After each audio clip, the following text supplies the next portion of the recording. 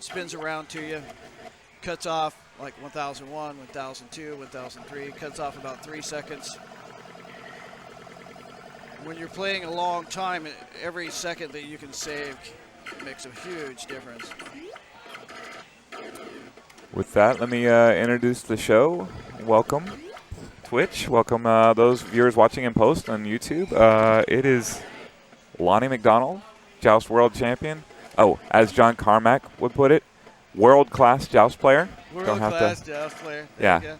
I am honored to have him in my presence. I'm honored to have Tracey Gleave from the United Kingdom in my presence. Also a world-class player. The reigning 40th anniversary cutthroat tournament winner. Yes. So that'll be a pretty heady title for her in about 20 years. Yeah, absolutely. she should keep that with her for forever, for sure. It was a fantastic tournament. We broadcasted it here live yesterday. You can catch that on the Twitch feed right now, and within a few days it'll be up on our YouTube. Little free-handed pterodactyl kill there on. This is, as you see this going on right now, where it's all slow. This is the system overload. Where the player will come out correctly, but the Shadow Lords or whatever CPU player you're playing will come out a little bit wrong, little slow because they're overloading. Ooh, a nice move. Wave 69. Very nice. I started one wave before Tracey over there. She came in just as I was finishing the first wave. So she should be running about the same place I am. Yes, we have 5 Joust cabinets in the house. Lonnie has fortunately not played this one before. That's correct. I've played 3 of them. I played the cocktail and 2 others, but I have not played this one or the other one in the middle, I think. Correct one. Yeah, so he's banging out too. So is Tracey. Later on today, we're going to have the Free Play Killer Queen League open its 5th season. Nikita had to go back to New York. Josh is still in town. He's going to come by. John Newcomer joining us, creator of Joust. Is he coming back? He's not coming back, but he was there yesterday, knighting players. Knighting players. And we did qualify to make sure they were worthy of being knighted. Absolutely, yeah. One of the things is you have to make sure from a knight standpoint that, one, they don't have a divided loyalty. They're not knighted by some other organization or country. And we were lucky enough to not have anybody have bad allegiances. And look, did you see that one decide it was going to go the other direction? Yeah. People, if you're not watching that stuff, you catch it. It's like, it was going this way, and boom, decides to go the other way. And then they also have to be willing to, at a moment's notice, 2, 3 o'clock in the morning, if we're called, say, we need you to come and kill some people. You know what? Honestly, most of those players will already be out at free play, killing people, tapping the flap button, killing people. At least on Killer Queen, if not Joust. Yeah. Dude, of all the places I've been, seriously, you had some of the best flying skills. I mean, when I say flying skills, I mean universally. Everybody who played had some good skills. Yeah, they were incredibly comfortable flying around, and not only flying around, but zoning in general. Yeah. The problems we saw with the Killer Queen players, at least in the middle of the tournament, was just an unfamiliarity with Joust mechanics, because in Killer Queen, the ceiling is the safest place to be. In Joust, it's below that bottom ledge. Yeah. So early on, especially, and towards the middle of the tournament, we saw Killer Queen players, reigning supreme up top, murdering anything, whether it be human or AI that was near them. Yeah, I was really, really happy with how many people were flying well, and then you take that and you go, that relates directly back to Joust original play, and now 40 years later you have these great players flapping, which translated so well into playing Joust. The only thing that they kind of got is that there were a little more community versus a little more hey, we need to kill you. You know, there should have been a little bit more, we need to kill you. And I think maybe it was more, hey, we're not sure how to do that, or a little conservative or whatever. Right, they wanted to kill them safely, and that was, they were trying to figure that out, and some of them did. Yeah, yeah. Oh, I tell you what, Joshua, he's sick. He had some sick skills. I was watching him play and bouncing off ledges on purpose, and I was like, dude. We don't do that. This is innovative stuff. It was innovative, and I was very, very impressed with him as a player. See the CPU overload there? Mm-hmm. That's like it's not meant to be. It just does it. I was talking to Futzenreuter about it. He goes, no, it just overloads. He goes, but we made sure that the player didn't overload when it happened, and if it was going to happen, it would be. The enemy players. Mm-hmm.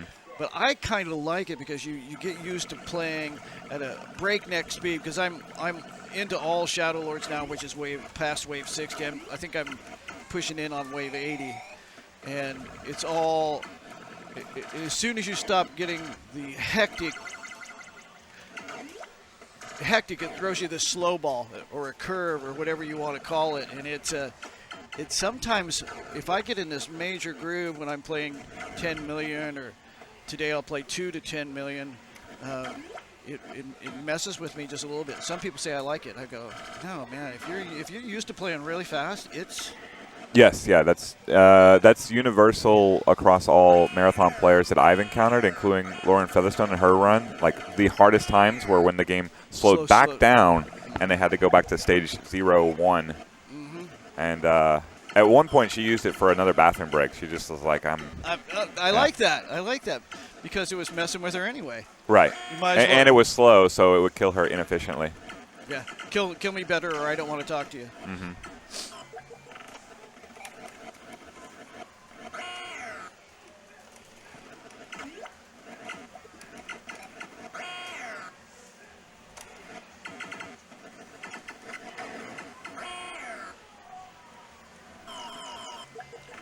Looks like, I don't know if the group knows, I'm sitting here playing. I'm playing Joust and watching the British Open at the same time. Yeah, that's accurate. Rory McIlroy still doing quite well. He's still doing right well. He's ahead by 1. I've been kind of pulling for him because he hasn't won a major for a while. And if it wasn't him, I wanted Spieth or Tiger Woods. And Tiger's just so beat up. Yeah, him playing is an accomplishment. Yes, him walking was an accomplishment. He has so much metal in his legs. I mean, I can only feel for him. I've had arthroscopic surgery, and here we are. We're into bouncing around now. So I haven't encountered Spieth in the wild myself, because I'm not a golf guy, but he's a legendary kid player here from locally. Like, everybody knew he was going to be incredible when he was, early teen. Yeah, he's prodigy. Yeah. Yeah. So very familiar with the Dallas area. Like, he's from here. And from all I've heard, a very nice young man. And oddly a doppelganger for Cowboys famous tight end Jason Witten. Really? They look so similar.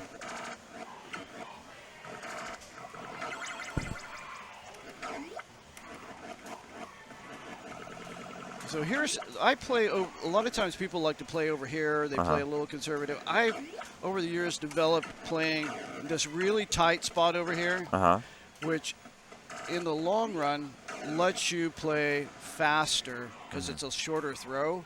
Okay, I see it. Anytime you can save a few seconds, and I'll show you a few, you go from playing hours to, originally it was like 5+ hours to many times I'll play sub 4 hours. I have a pace that I kind of try to set most of the time, unless I'm trying to go really fast, which is about 4 hours and 20 minutes to get through to 10 million points, which is a pretty healthy pace. But you can do it faster, and it's all pushing the game faster and make it. When I get ready to do some of those things, I'll tell you what I'm doing, and it's pushing them around so they come into other spots rather than waiting for them. Obviously, most people are familiar with hovering now. It's been around for a while. Are you upset at the troll for stealing points? Oh, no. No, it's all right. Now, at this point, obviously, anything that goes over there's dead. Now, a lot of people, when they play, they stream here. I'm not concerned about catching all these eggs. They're nice to catch, but if I miss them and they stay on my radar here, then I will literally get to kill them again.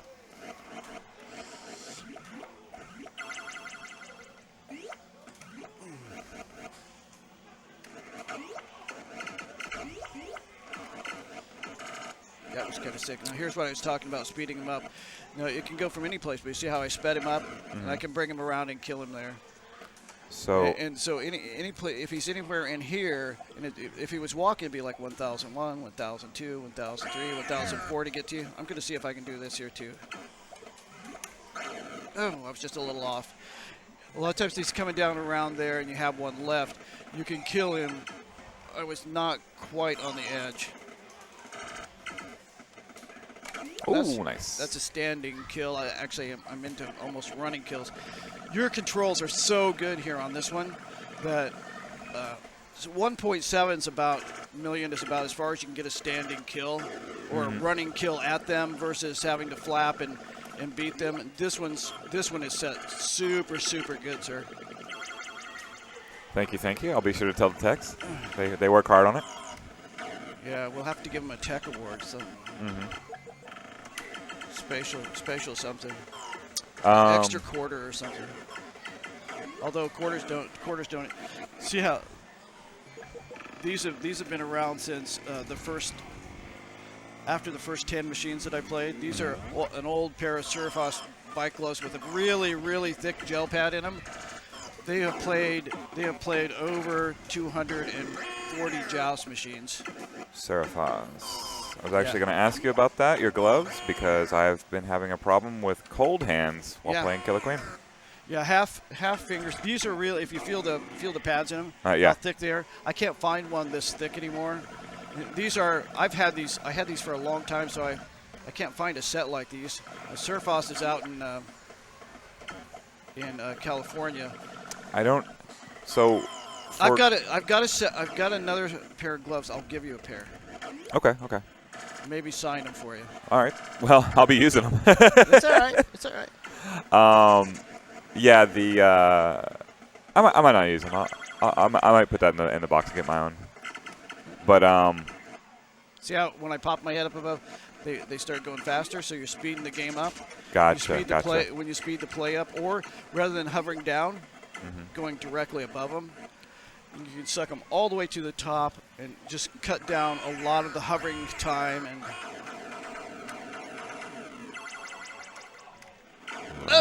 up. Oh! I thought it was right where I wanted to be. I thought he was going to bounce off.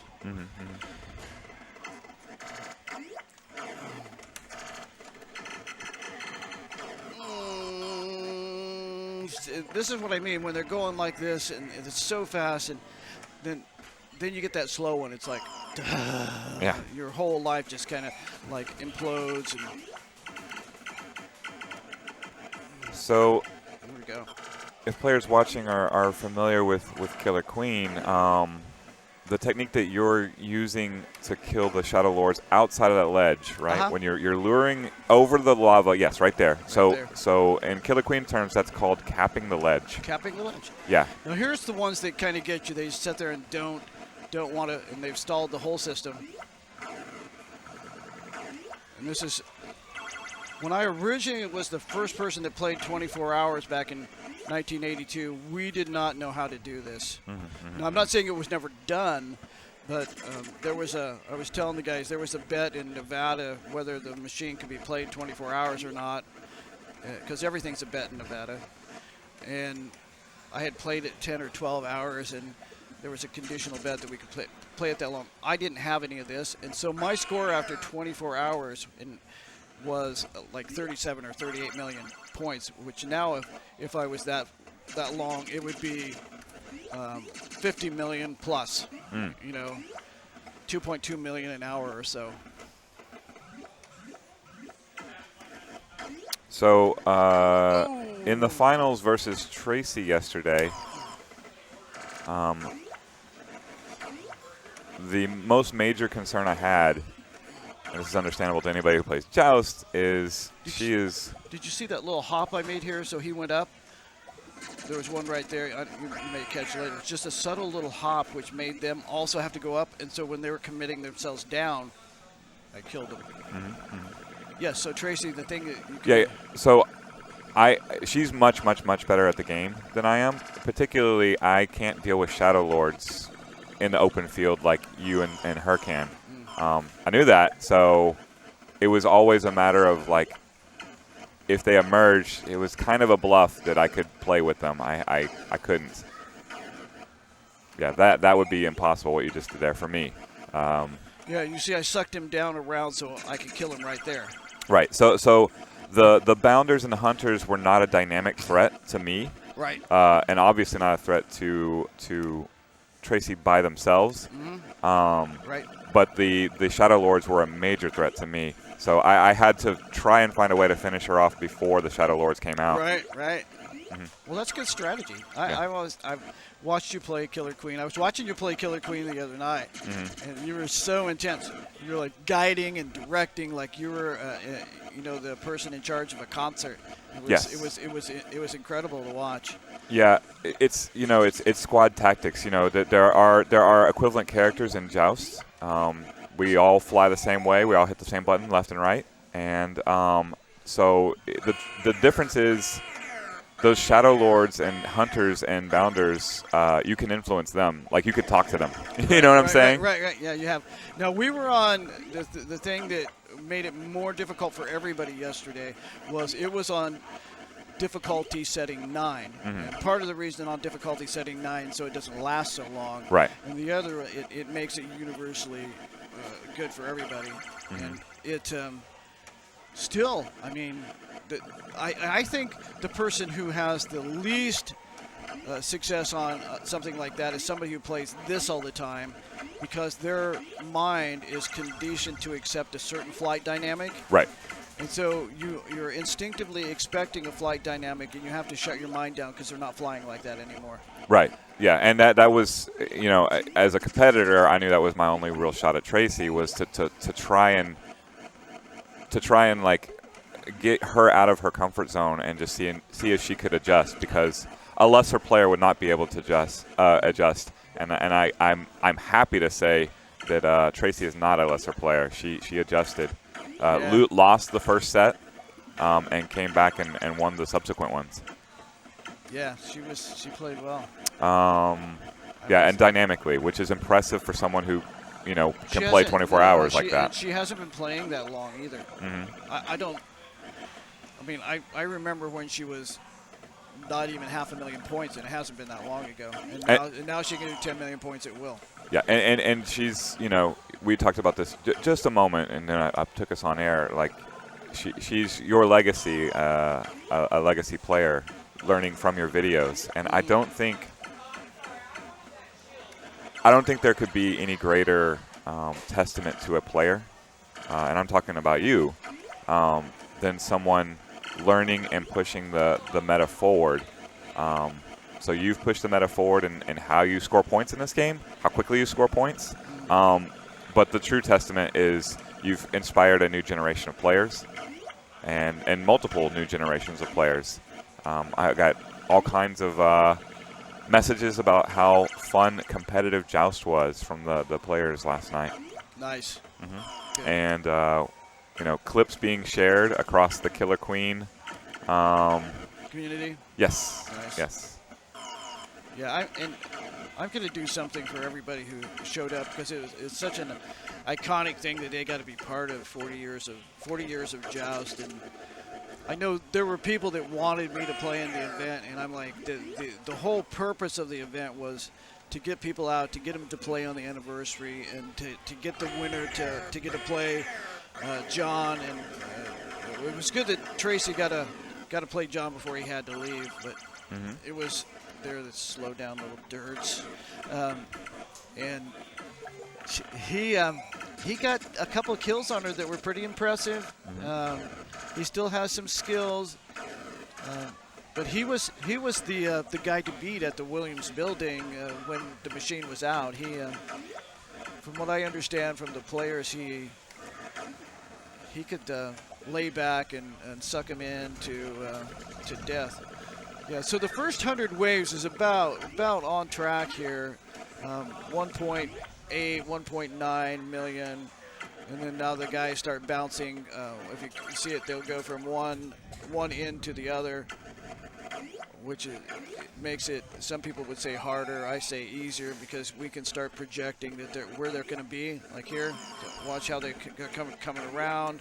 And I can block him here. He'll come around there. Well, he got caught. Go. He'll come. No, we must need to go a little further. Come here. So I'm actually having a conversation with John Newcomer right now. Mr. John. I'm going to share it. 1.9 million. First 100 is right on par with where I want to be, and we are on track for a nice game today. Definitely 415, 420. So this is an ongoing conversation, but it concerns. So you can look this up on the Twitch feed. It's in our clips. Just look for the Joust clip. Okay. And so we're talking about the meta of the actual competition, particularly late. And I sent him a clip that you can see.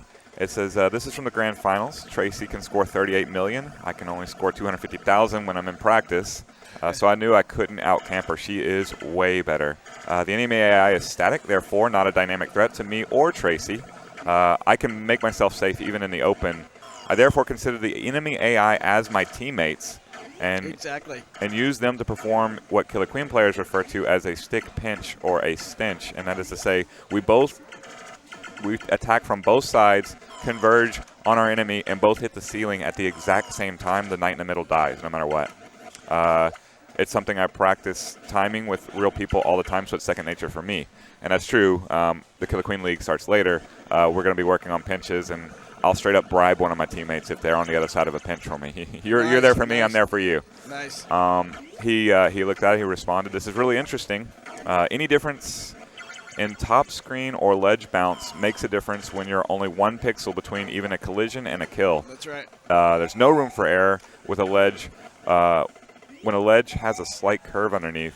What you're saying about AI is also interesting. How, if you do not get intimidated, then you can use what is predictable to your advantage is cool. I rarely get to see two very skilled players go at it where every little nuance matters. He's such a nice guy. He's incredibly nice. You let him know that I'm going to be here all day. Okay. I don't know if I'm going to play 2 machines to 10 million points. I'm already 2 million into the first machine. If he wants to come by and chat or just watch me play, because he knows I can talk, and I'm actually talking to you and watching the British Open and playing Joust at a high level at the same time right now, which sometimes for me, believe it or not, is actually easier. Because I don't have to concentrate. It's just I'm on autopilot right now. Yeah, no, I totally understand. I practice my Killer Queen technique a lot. And it's the same way. If I don't have teammates, then I have to do individual drills, right? That's right. Which is kind of what you're doing. So I get into a groove of where, I'm hitting the ledges just perfectly, sliding underneath them over and over and over and over again. I don't know if you're telling John, you have 6 skills. I was watching you play. You're better than you think you are. You could be a seriously good Joust player. Thank you. We could get you to 10 million pretty quick, but I do believe you're right. I think your goal is to be a much better Killer Queen player, and you were like the commanding general last night. I enjoyed watching you. I was in. I think I told you I was in behind you watching. Or it was the night before in behind watching you guide the team you were playing. Here's the slowdown we're talking about with the where everything slows down and you got this little window to kill stuff, but then it speeds up just at the second where you don't want it to. And that's one of the places where you can play, suck them around there. I have to get rid of these. So my issue with picking up Joust more dramatically is I'm limited on time. That's exactly. You were here when I came, and then you left after I left. Right.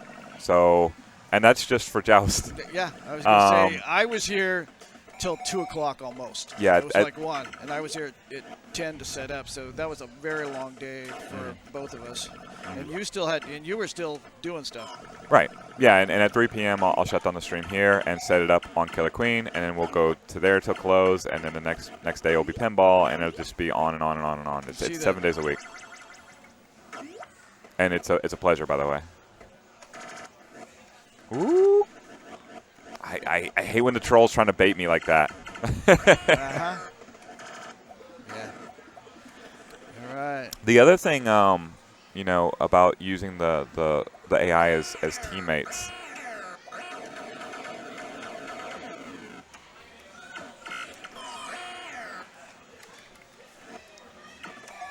Ooh, Chihuahua. Come on, be nice to me. Escapes all of it multiple times, only to die a crazy bloody death for no reason. Oh! Look at him cap that ledge. Oh! Look at him cap that ledge. Come on, come on. No, no, no, no, no. No, no, no, no, no, no, no, no, no, no, no, no. Ooh, now that was wave 108. If you guys want to see some serious struggle and not dying through a whole wave there, that's a pterodactyl wave. I had to bail out on rather than being able to kill all the pterodactyls to start with. That was brutal. I almost started sweating. It was so brutal. Either that or pooping my pants, one of the two. I'm not sure which one was going on there. I'll vote sweating, please. Sweating, yes. Yeah, we're in public, Lonnie. Sweating is much better. It's much better dynamic. This is Texas. Feel free to sweat all you want. Yeah. Oh my gosh, it's been so hot here. I've got bad news, Lonnie. It's going to get worse. This week's cold front is now officially over. That is what I heard driving in. Oh my gosh, I was telling you, I stopped in Oklahoma, just outside of Oklahoma City, and bought a pinball from one of my friends who's selling part of his collection, and got Bali Harlem Globetrotters on tour in a really nice player condition, and I got out of the and I started in the morning, right? Because I like to drive in the morning or in night. Literally at night is even better for me because I don't have to deal with any traffic and it's cool out. I'm kind of a night owl anyway, and I get out of my car, and it's like 110 degrees. I'm like, what the heck is this all about? Just melted. And it went like from 85 to 110 degrees in about 3 hours. Then I gotta watch a bunch of golfers in Britain in the cool. Yeah, just wearing sweaters. It's making me feel cooler. I'm not sure. I'm not hating the white pants though. No, I like them. Yeah, I've got to wear a pair of white pants. I need to lose a little weight to make them look good though.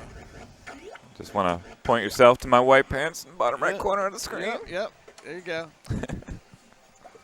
I don't know if they saw. We'll show them this at some point. The gloves. They're like a Joust relic at this point. Yeah. They can see your extended left hand. So this is. They can see this. Yeah. When you did that, extending your hand out to the left, yes. Okay. So if you see the bottom tear, the tear in the bottom and the wear on them, I've actually had part of these sewn up before. They've seen about 240 Joust machines played to 10 million points, and the reason I wear them, and they've just become much more comfortable over the years at wearing a pair of gloves, is your hands on a control panel sweat. It's chemical reaction in your skin, and that's one of the reasons that the plasticizers in the control panels break down. And you'll find a lot of times, and I know you guys have found this, the control panels get cracked, and yeah, we're way over that. Cracked and broken. You can feel this one right here, how it's getting cracked. Yeah. And it protects your hands. That's the reason I didn't start with it. Protects your hands. But then you also have it protects you from sweating. And so I've just got in the habit of wearing them. And if you're going to play a long time, it's good to have something that has a thick gel pad in it. Because I have a tendency of leaning a little forward, and they're just super comfortable. And this is an old pair of bike gloves by Serifos.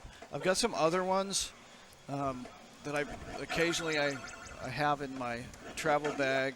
But these, because it was the 40th anniversary of Joust, and there was going to be a tournament here, and I knew I'd play a couple Joust machines, I loaded up the relics to bring in so people could see them. At some point, I'm gonna put them in a shadow box and mark what they are and donate them to a museum or something. We've got several things we've donated to the museums over the years, Joust related.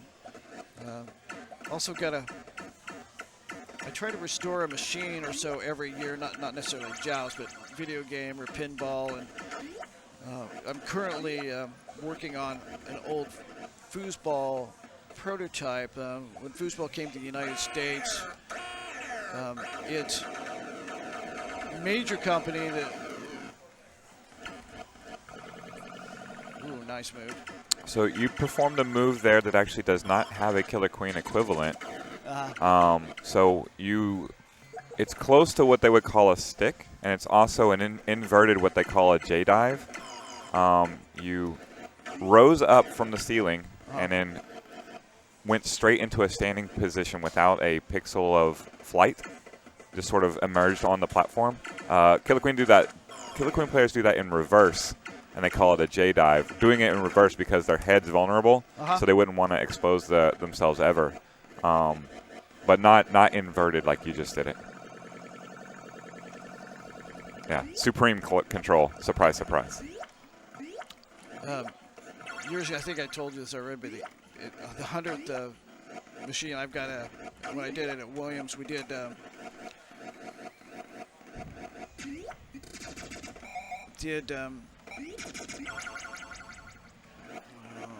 minus right here. Nice.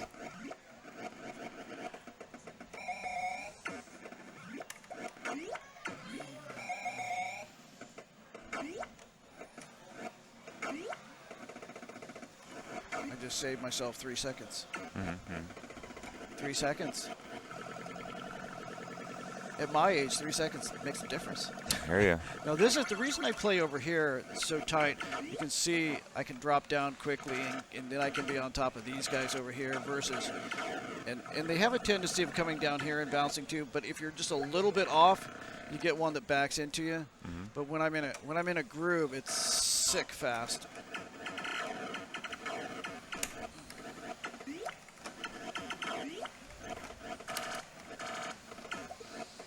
And anytime you do something, there is a reaction to it. I could be like flying like this and then change my direction. And I think you saw one the other day that literally changed this direction in midair. And it never ceases to amaze me, which even as good as I've become over the years, that it can still just cook my lunch some days. I hate when I have a bad day because we're doing techniques that we don't think about. No matter how hard it looks, it's become trivial over the years, and then when it's not there, suddenly it's so disconcerting because it's like I forgot how to walk. You see, the guy was coming at me. came down here, and I let him go past me, and then I flapped up so that he would go up and over me. And then he came over and got killed in the lava, so I didn't have to deal with him. So there's ways you can eliminate yourself from exposure.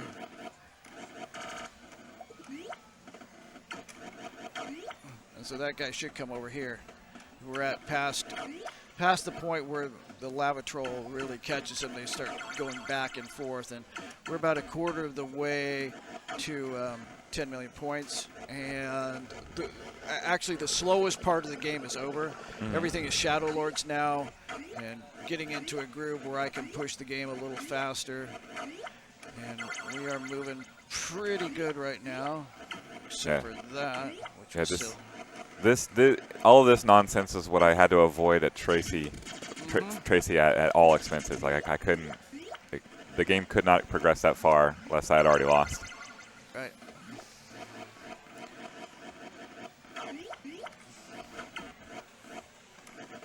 And so what I was saying right here is I play here, and you know they're going to bounce around. If I can suck them down, cool.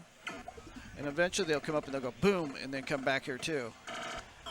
So we're just about at that point, and they'll come around. They'll come around this way too, and they'll also eventually come around, going up on the top. And so playing here and just moving like a couple pixels, you literally can be. And plus, you see, I was able to protect myself from this over here because I literally am only using very little movement and speed to take care of these things. I have a great picture of John at the 100th machine at Williams, where he's behind me watching me play with his arms crossed and he's frowning. yeah. But you know, it's why I sent him that message this morning. I figured you might get a kick out of a progression in the gameplay. Yeah. Oh my gosh. In a more you guys are traditional way. You guys are dissecting it and making it so much better. I'm just so proud of what you guys do.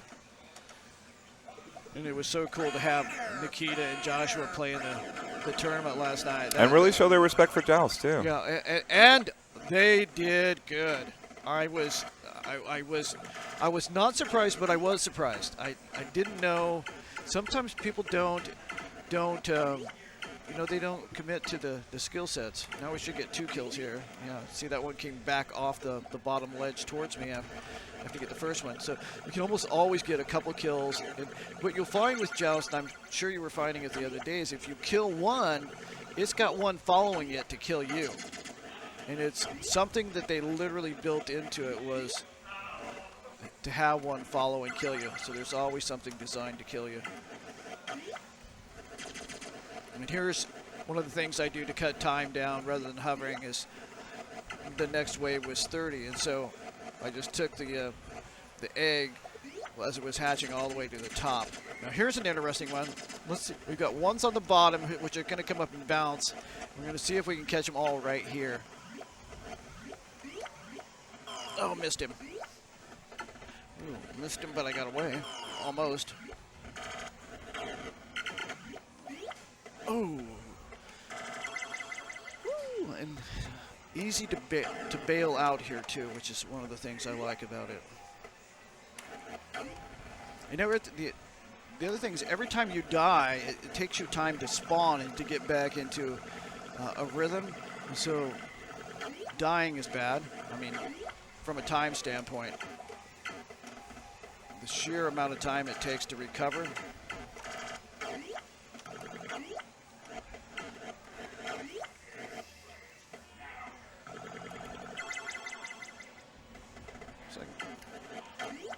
I got another continuation of that conversation with John. Nice. He says, and you can help me with the name. Now I'm pondering the AI, Bill. Futzenreuter. Yes. And I talked about that all the time, and iterated with the 3 enemies. Let's see. Oh, okay. Bill and Bill. Sorry, it's a bit of a broken sentence. Yes. Foots. Yeah.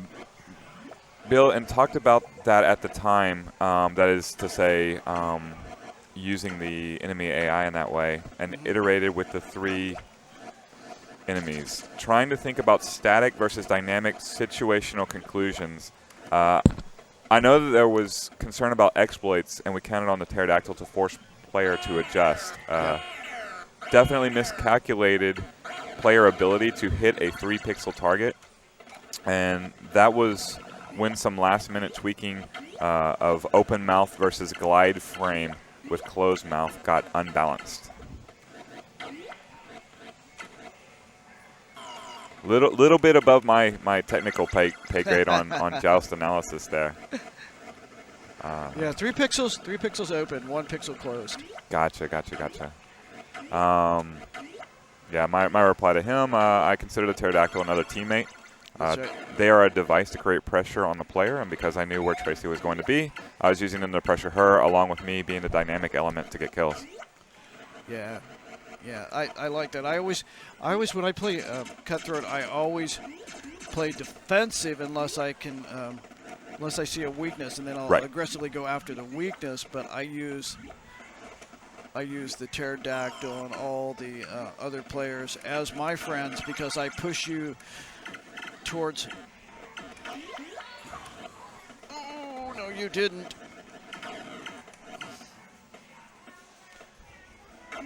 Nice. I always push people towards the enemy, push them up, push them away from me. When I see something coming, I'll lead them around towards that.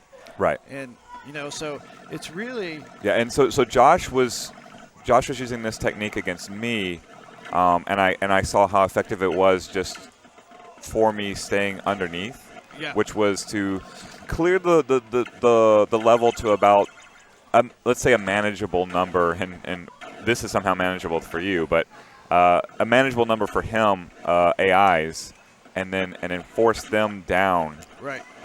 So all the enemies are on the lower part of the screen. Now, Tracey can handle all the enemies on the lower part of the screen. That's what she ultimately wants to just beat levels and grind score. Right. But with another opponent swinging in at the exact same time from the opposite angle, it creates a dynamic situation where she has to react and can't go on autopilot, and it's in a test of reads. Nice bounce there from the Shadow Lord. Yeah, and I thought I was right where I wanted to be, but they hit the ledge so hard they slide underneath you if you're just a little bit off. Yes, yeah. Because they'll come this way and then one will go here and then back into you, and I was sitting right there and he got in that little tiny spot. Yeah, somewhere one of my wannabes teammates is cringing at not not capping the ledge properly. That can be frustrating in tournament.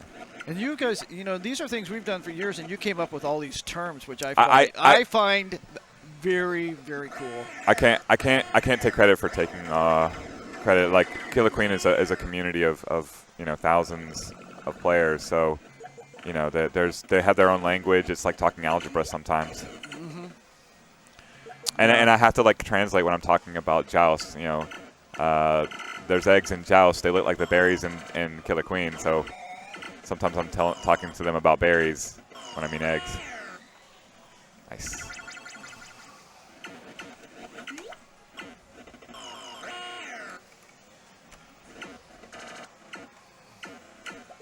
Now, you should be able to kill that guy right there. Mm-hmm. Which is, is very beneficial a lot of times when you're in serious trouble. And your foot has to be right on the edge. I've saved myself numerous times in tournament settings games and marathon games, and it, obviously I didn't want to play well there. Just a little.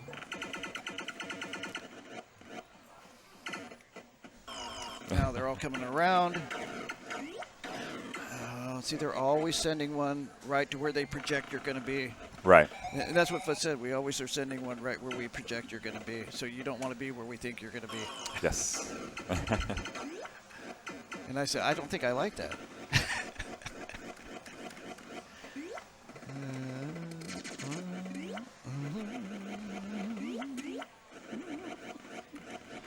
see, are they all going to come this way?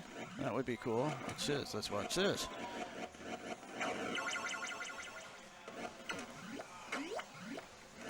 Oh, almost. Almost. I was just a little out of sync. I almost got all those.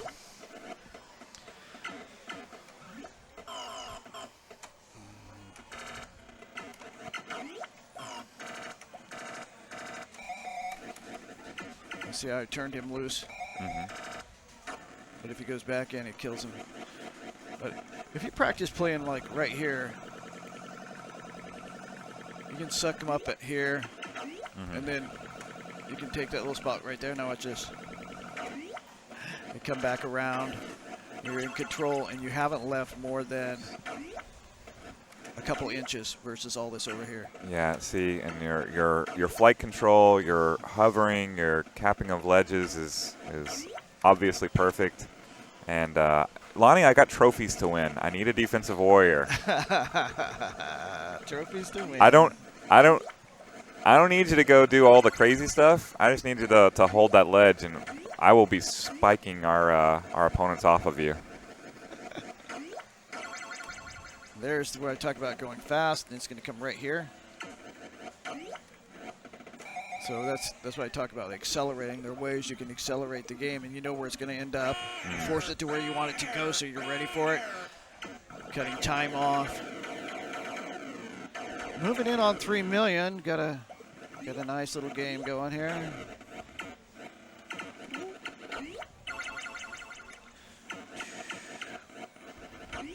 And just to go even faster, we'll go up here and kill him. Almost. Let's just get rid of that guy. You started at 11? Just a little after 11. It was 10 after 11, I think. By the time I signed a bunch of cards, which I've got some up here on the top. So you're about 10, 85 12, minutes into this run. 10, 12 after. It wasn't a quarter after yet when I started. Yeah, so 90 minutes for 1/3 of the way there. So got another 180 minutes to go. About 3 hours. Where does that put us at? 3:30 or so. Yeah. I should be good. I'll be setting up in Killer Queen then, like setting the stream up. Yeah. When you're in between games, I wanna show you my defensive warrior stuff because it looks a lot like you playing Joust. Again, I got trophies to win. You know, the times that I usually die are when I get too greedy. Yep. I get to think I can push it just a little faster. I think I'm in sync, and then I get off a couple pixels and I die 3 or 4 times. Yeah, and unfortunately you have the extra lives, right? And it is how you progress the game meta yourself. Like you have, as much as it's a momentary thing where you lose a life or lose some progress. You know, you've progressed the meta so far.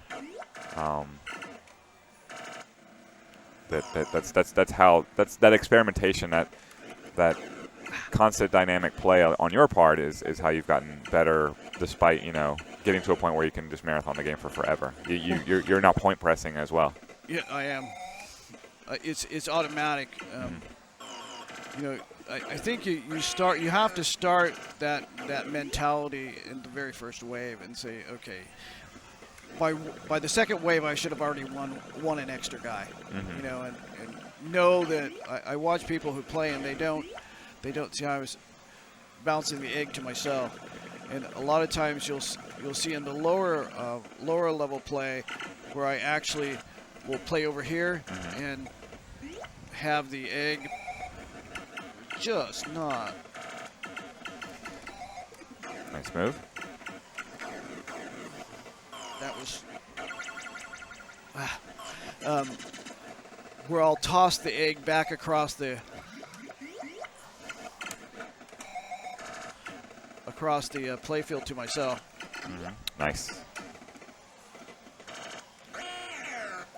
See him turn around in midair? That is so sick when they do that.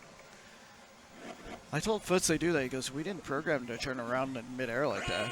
There are things they do just...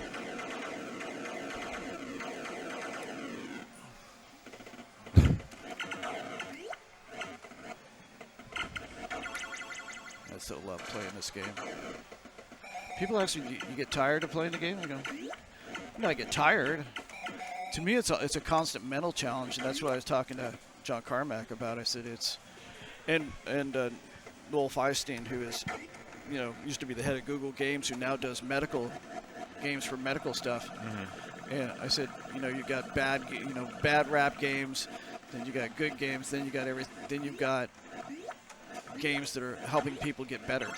And I said, I always found, from a mental acuity standpoint, that in my 40s, I don't think I thought or was as aggressive mentally as I am now. Oh, come on, that was perfect. And because your mind is constantly thinking logics and angles and physics, and Noah is currently doing all those medical things, for like ADHD games to get people better, and he's really an inspiration to the stuff that he's doing with games right now. Mm-hmm. Taking them to another level. So you're a pinball player as well, as am I. What's what player? A pinball player. Yes, I like to play a little pinball. Right, and you're zoning a lot very well, and part of what I see you enjoying and doing in this game, and probably why it's such a dynamic thing for you, whereas I don't think you have a contemporary in classic games of just rolling machines around. Like you enjoy going and playing the game and going to the next one. Maybe Billy doing trying for Donkey Kong kill screens and perfect games on Pac-Man at this point. He does it as well. But the difference is. Yours is more dynamic. Well, no. If the game is working, it doesn't have a chance. Oh. It will be beaten if it's working. Mm-hmm. You don't have to. You don't have to worry about saying, well, did you miss 10 points or whatever? Did you miss a dot? It's just, if it's working, we're going to get it to 10 million points. Yeah. And I don't, Billy's famous and he charges people to go places. I don't. Mm-hmm. I do it for the love of the games. And even when COVID was affecting people, I took a tour out just to promote arcade play and told people, I said, look, if I'm going to be there, call the newspaper, call a TV, use my presence as an inductee to Hall of Fame or the U.S. National Video Game Team or the World Records, and get yourself some traction. I said, to me, that's part of being an ambassador. That and teaching people how to play or dragging people along to accelerate their goals and their dreams. Mm-hmm. I mean, I'll tell you one story which I cherish. It's my friend John Salter and I, who have a doubles record. I think it's in the J-Rock platform. I have arcade, MAME, J-Rock, and a couple other platform world records. That's right. And John and I were playing. Must have been Kong Off 2 or something like that, and he's playing Tron beside me, and he goes, and I think I played in. Most people don't know I've suffered neck and back problems for years, and I was suffering pretty bad when I was there, and I played 37 and a half hours, and I had to stop because I was just in too much pain, and he said, I want to do something like what you do with Tron, and I said, and I wasn't trying to be disrespectful. I said, but when I started playing, people would say, Lonnie, why you just keep rolling these machines? Why you just keep going and doing this? And I said, the world record is not important to me at this point. What's important is doing something that's important to me, not what's important to you. Right. And what I tried to express to John was, I said, John, you need to go out, you're a great player of so many games. Go out and do what defines you, not copying somebody else. Yeah. And John said, he said to me later, he goes, I thought you were a little bit arrogant. I just kind of went, well, whatever. So I was trying to be nice. And then he told me later, he goes, and it kept bugging me, and he goes, and then I realized you were right. He goes, and then I realized I was already on the way because I was I was preparing myself to play the marathon that ended up being 85 hours or so on Armor Attack, and arguably the longest arcade play on one quarter ever. Now, it's not in the records with Twin Galaxies, but I watched part of it, so I know it happened. I believe it happened. I want to say it happened at his place or at Richie Knuckles' place, but, well, 85 hours. That's just, I don't care if you're sleeping for 30 minutes. You still have to be in sync with the game for all that time. Yeah, I do not volunteer for that one. That is a lot of. There we go. That is a lot of commitment. I would like to have that record, but I don't. I'm 61. I'm probably going to make one or two more attempts at the world record, but I'm not 40, and even when I made the first serious run at the 108 million, I was 53. I've told you this before. I consider you the best Joust player in the world, and the world record be damned. Or whatever world record, because I guess if the object is to wake up or stay up 85 hours, freehand. Yeah. That's a type of record as well, but it's not what I'm interested in. What I'm interested in is your supremacy over the game, right? I appreciate and you're demonstrating it right here, and you're demonstrating it over and over again, and you're demonstrating it in dynamic ways. Can you grind it out for the absolute longest period of time possible? That's a metric of can you keep playing a game for a long time. But that doesn't interest me. What interests me is that you can control the AI in a supreme way, and a way in which better than anybody else. So that's what makes you the best Joust player in the world, in my opinion. And I'm sure Tracey's opinion as well. I appreciate that. Maybe the best technical player ever. I've dissected the game, and I enjoy dissecting the game and making it better and making other people better at it, which I think adds to the lore of being good at something, is making other people good, drag them along with you, encouraging them along with you. You change the meta of the game when you do that, and it doesn't. If you do it in your own basement and you don't record it, or even if you do record it, you influence some people. But like the way you go about it. Tracey, couple from the UK, is a testament to this. Like, and honestly, me, and by that, all the players I've taught as well. Like, that's part of your legacy of teaching people how to play this game, which is a generation of players that honestly might not have known. Well, they didn't know who John Newcomer was. They didn't read about him in magazines, and they were pleasantly surprised and then incredibly happy to And he lives right here. Yeah, I mean, they didn't even think about a creator of the game. It's just this game is older than most of them, and it just always was. It's it's historic to them. And it's timelessly simplistic and elegant. Yes. Which is, and I grew up playing pool and pinball and chess, and it's the angles and the physics and all the things that make it intriguing, and then the velocity changes and the things that you can make it do, make it a very compelling game. Now, so many reasons why this game is revolutionary, and the physics of it is certainly one of them. It's fun to play in the physics of the game.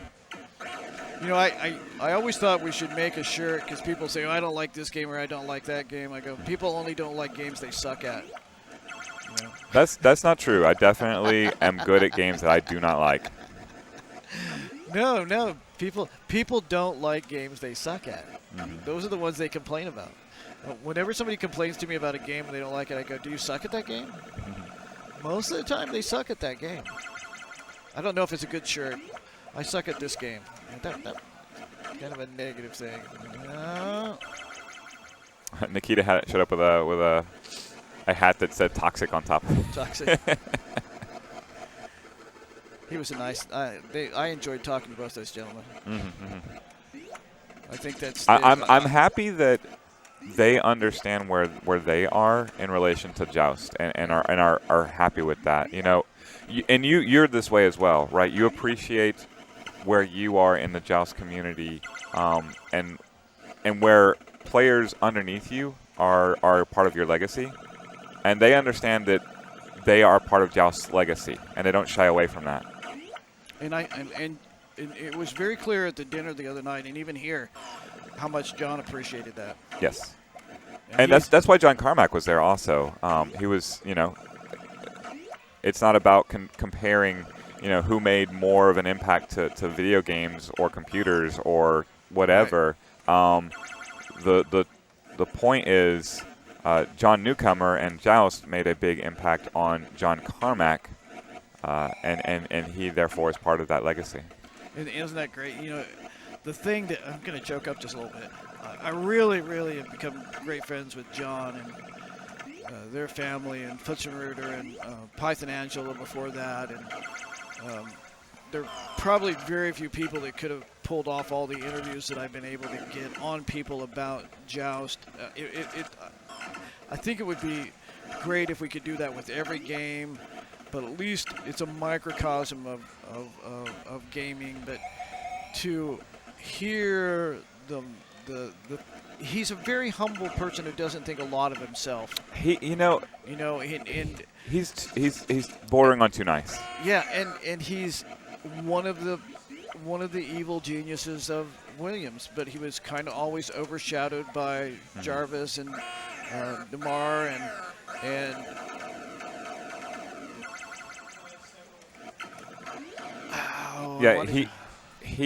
the tournament ran late, and he needed to leave.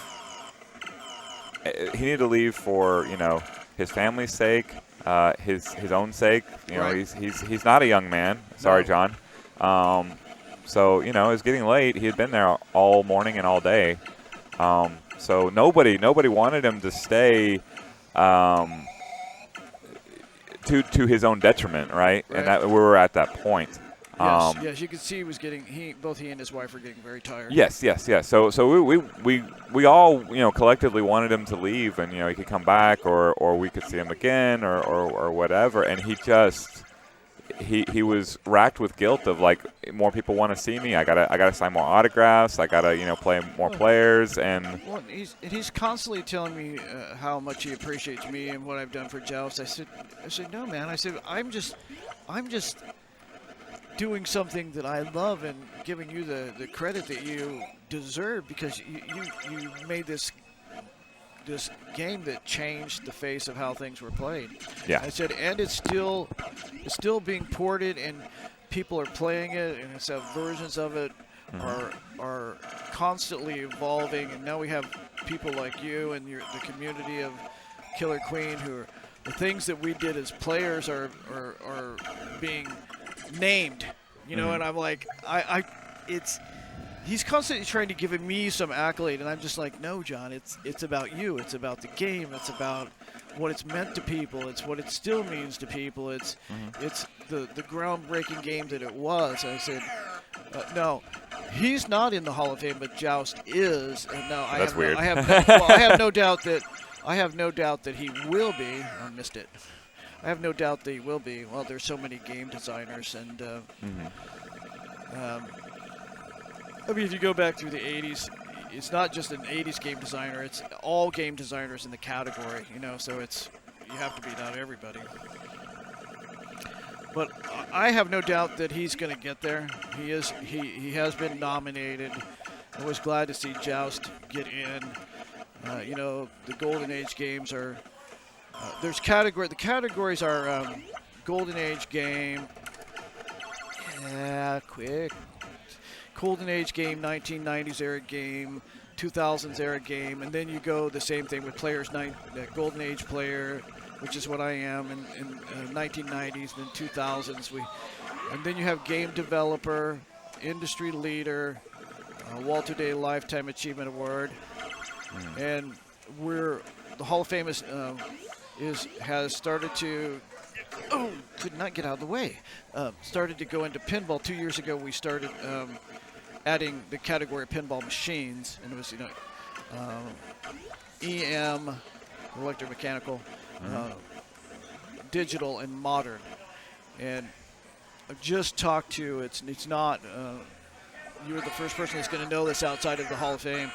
Just talked to, we have decided to expand further beyond that, and the director of inductee relations and governance, and so when it comes to the processes and stuff, I oversee the creation of the processes before the board votes on them. And we decided that we were going to expand into pinball further. And when I said we're going to expand into pinball further, I said, what you want to get, because currently our voting mechanism is you have a nomination. Nominations can go from anybody. Then there's a nominations and vetting committee that goes through and vets them. Mm-hmm. You know, the categories, and then anybody who passes the vetting goes to the voting committee, and the voting committee is only made up of past inductees. Mm-hmm. That's from the video game side.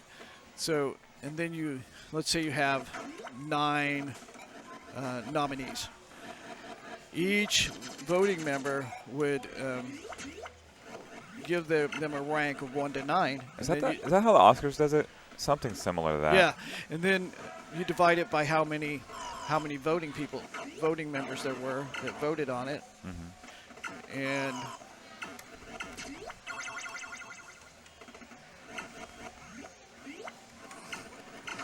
that gives us a core number of, maybe it's like 1.2 or 1.3 or whatever it is. And then the next step is, so we have that number. That doesn't mean that person won. It means that's the starting point. That person probably is going to win if they have the lowest number. But we give all the voting members the ability then to have a discussion and argue their point of who they think the best one is. And so now you're having the intellectual conversation about it, not just this is who I think the data supports. And it has become, I mean, a really, really good process. And we've inducted so many cool people. I mean, this year Tom Kalinske from Sega, Gerald Lawson, this year, who created the cartridge, Lifetime Achievement Award. Last year or the year before, Reggie got the Lifetime Achievement Award. Reggie Philomines from Nintendo. And you ever talk to Joust Goslin? No. He's a local. There's a lot of ways I can describe him. He is a local reporter here. I believe he's the main sports columnist for the Dallas Morning News. Oh, cool. He's getting up there in years. I'll say it that way. But he's a long time NFL draft reporter and a long time Major League Baseball Hall of Fame voter. Mm. And he's even had a radio talk show. I don't know if it's still active, but it was as of a couple of years ago, where he simply talks about people's Hall of Fame credentials, and debates that sort of topic. So if you ever reach out to him, oh, cool. I didn't see yet a white hat. Who won? Yeah, I didn't. I was engrossed in our conversation, which is a very good one. We always have good conversations. One of the many reasons I wanted to make sure we had the event here. Mm-hmm. Plus, it's very close for John to come, and you could be his home arcade, I think. I would love to have him out. As I said, I have trophies to win. That man can play. He can still play. Yeah. He can still play. So it appears to be C. Smith. Oh, nice. Rory finishes in 3rd. Oh, poor Rory. And C. Young. Yeah, nice. Do you know their first names? Yeah. Cam. Both of them are Cam. Okay, Cam Smith finishes in 1st. Cameron. Yeah, Cam Young in 2nd from America, and Rory McIlroy closes out the top 3. Minus 20, minus 19, and 18 under par for Rory. Yeah. So it means the young Cams cranked it up a little bit. Mm-hmm. Good. Well, I can shut that one off. It's interesting how many distractions I can have running around me and not. I mean, I didn't even know what my score was at this point, and just look down and we're pushing up in 4 million points. It's going really fast. Oh, I thought I was right where I wanted to be. I thought I was going to get a little bounce there. So the thing I was going to tell you, which is we so my goal was to get, because we don't have any people to be the voting members of pinball. I mean, the only real pinball person who is inducted is Gary Stern, who has the Lifetime Achievement Award. But he also, Stern was also involved in video games. So pinball machines have a component of electronic gaming. And Qbert. When you read the qualification, it says electronic gaming. It doesn't say video games or pinball. It's a little bit more than that. So here's where you pop your head up and he bounces off and you come down here and you just saved 5-6 seconds. And so I wanted to put together a historian, a restorer, a collector, a world champion, some people who had some credentials out that people would respect to help to create the categories and to be that core foundation of voting members to start with.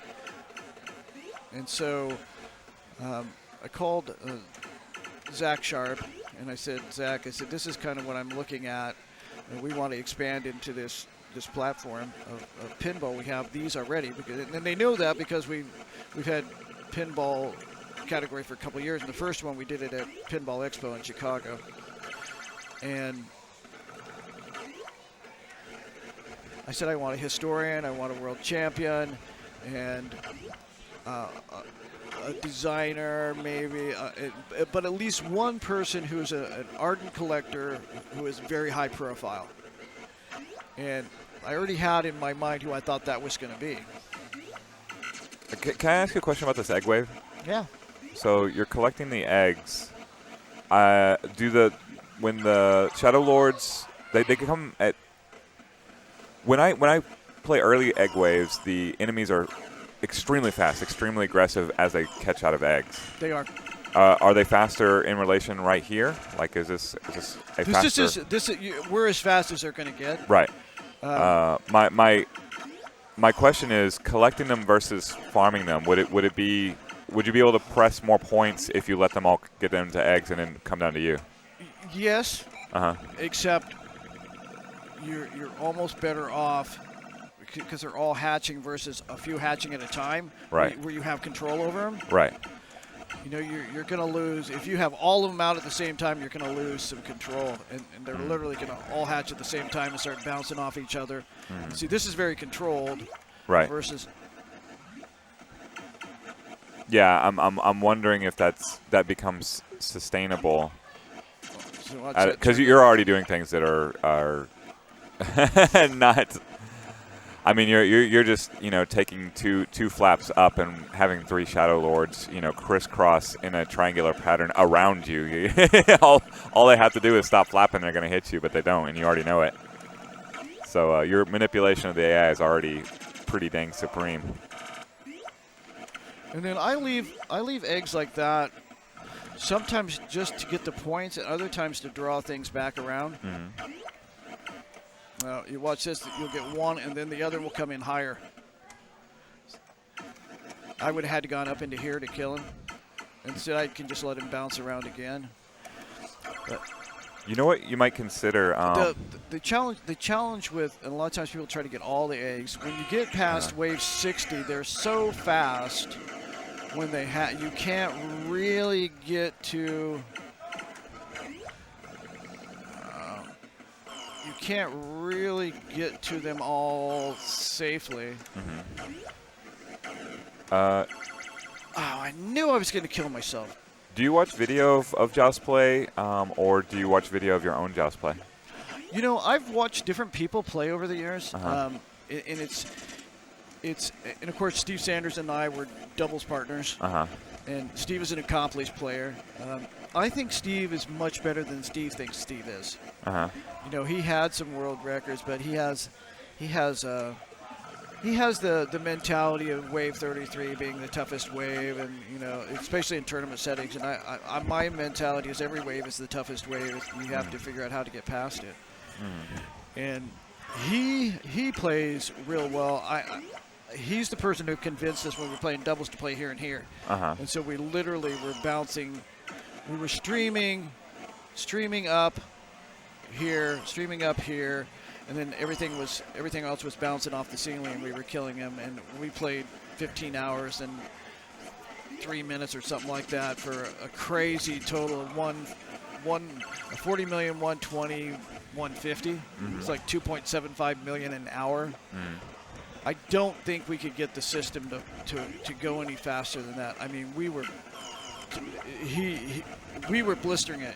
Now, he was losing more men than I was, but I had already played at that time probably 30 machines, so I was in much better form than he was.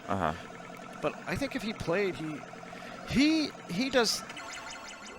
played in the 80s. He was the captain of the U.S. national video game team, and he had some skills. And they used to do.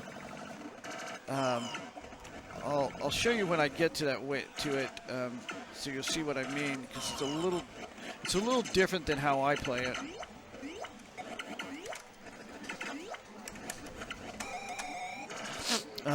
The middle, they would start real low. Am I there? Yeah, here we go. So they would start like this and get to the first like that, and then they would do this little hop thing.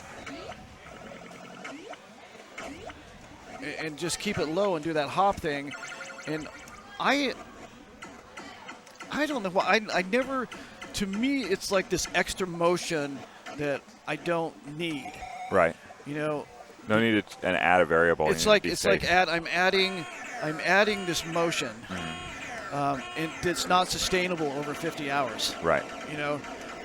This, on the other hand, they're coming out just as fast, and it's less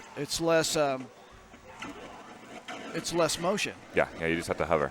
Yeah, all I have to do is hover. And now I can see, like in the beginning waves, not wanting to turn something loose down here, because the first ones have a tendency, Shadow Lords have a tendency, rather than going up, to angle off on you. And so I could see it in that playing tournament settings to play a little bit more conservative, so you never spray the eggs all over. But I don't mind spraying an egg because I'll use it for something, or I'll get the points later. But it's an interesting tactic where it's just okay, I'm here, okay, I'm there, and then they just do this little. It's like a little bounce, and that's a tactic that I learned from him. And everybody has their own little. They develop stuff. They take stuff from people. I never shared ideas with people when I first started playing. It was, you learn all those things, and then see like that, speeding it up so you can speed the game up. I was trying to think and like Don Hayes plays. Let's see if I can do it. I've only seen Don play a couple times. I would consider John McAllister's a great all-around player, holds the marathon record. Give him his due. I mean, he is a brilliant player. Technically, I don't think he's on Don's level or on my level. Don currently has the tournament settings record, 5 men. It's like 1.7 million. We were having, I don't know if you saw the video series, we were having a conversation about it. I think he and I are the only people that have probably ever scored 1 million points on one man. Now, I don't think I don't think you can see those anyplace because they're, in practice things, but 1 million points on one man, or 800,000 points on a game would put you in 3rd or 4th place on a game. And Don and I can do that on one man, and he's a very good technical player. He plays, and the reason I was saying Don is he plays. I'll show you how he plays the middle in just a second. He plays it much lower than I do, almost like you see the right below the ledge. Yeah, that would be Don's spot that he plays. God, I hate that. Slowed down on me. So he literally plays right about here, when he's hovering, and I'm like, I haven't tried that, but I have great respect for him because he's so good. Now, Don knows that I have games higher than his high score, and I have never turned them in. I think I told you this at one point. You remember when Twin Galaxies was really dysfunctional and you couldn't really hardly even turn anything in.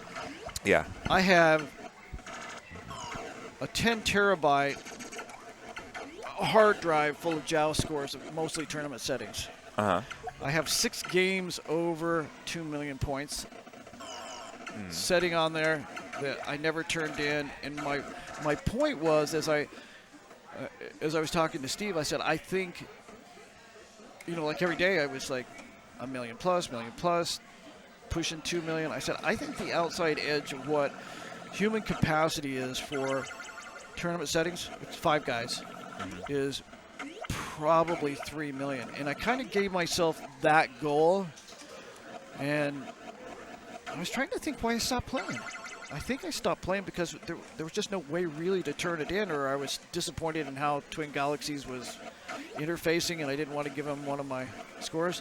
Okay, that's wave 200, and we are at, what is, what did we have? We had 1.94, so that was 2.3 million on that 100 waves.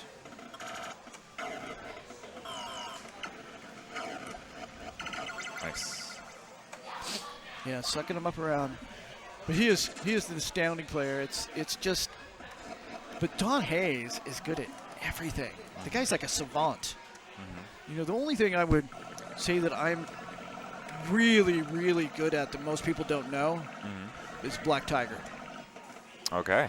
Now, I'm not the guy who, there's a version of Black Tiger that you can get like the million extra points, which is like the Japanese version of it, and it's like when you finish through it. And at one point, Triforce Johnson had that score, but it was the wrong score because it's not the clean version of Black Tiger. Just a different category at that point. Yeah, it's a different category. You had to call it a different category, and when I was playing it, I just played it because. Well, it's 1987. Okay. I had a real life, right? And I would come on, you slow little turds, throwing off my timing.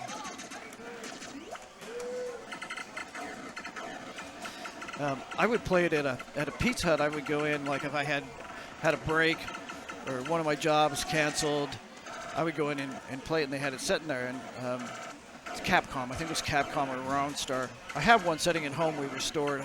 Just trying to, and I would play it and play it and play it. And I finally had like a day pretty cleared out, and I said, I'm just going to see how far I can get. Well, it's the first game I ever played that had an ending.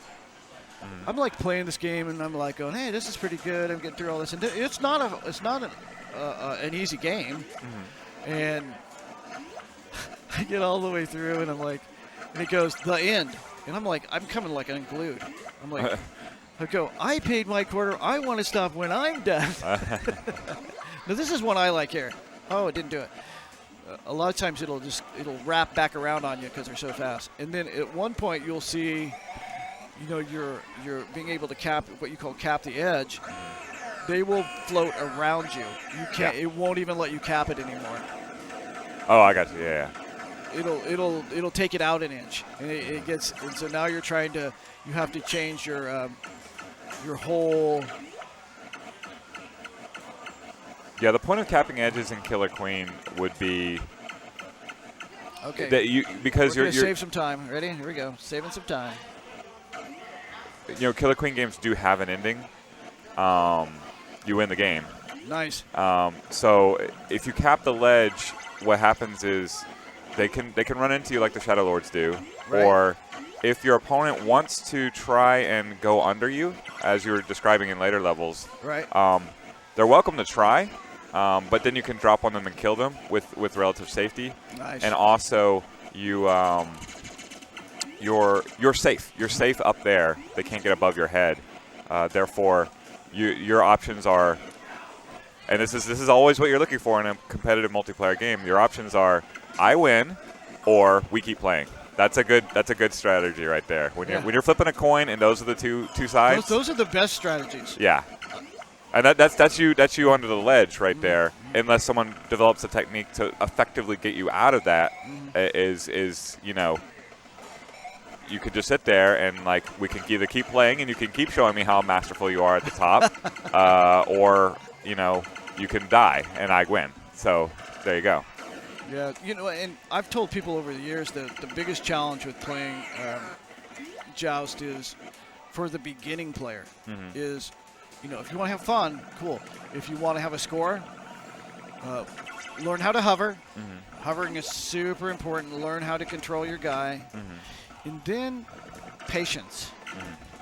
You have to be able to, what was that? You have to be able to put yourself in the position that you want to be in and not fly. As soon as I started flying, I've got 10 guys. Right, yeah. And I'm trying to project what 10 guys who all are designed to kill me, every single one of them are designed to kill me, are going to do. People go, oh, I'm really good at flying up at the top. I go, I'm really good at flying up at the top, but it's not smart. Right. And if you're going to play a long time, you want to play as smart as you can. So when you're playing Cutthroat and your opponent is camping the right side of the ledge and you're on the left side of the ledge, or vice versa, you were talking about, throughout the tournament that the higher player is the one that the AI is going to target. Right. Right.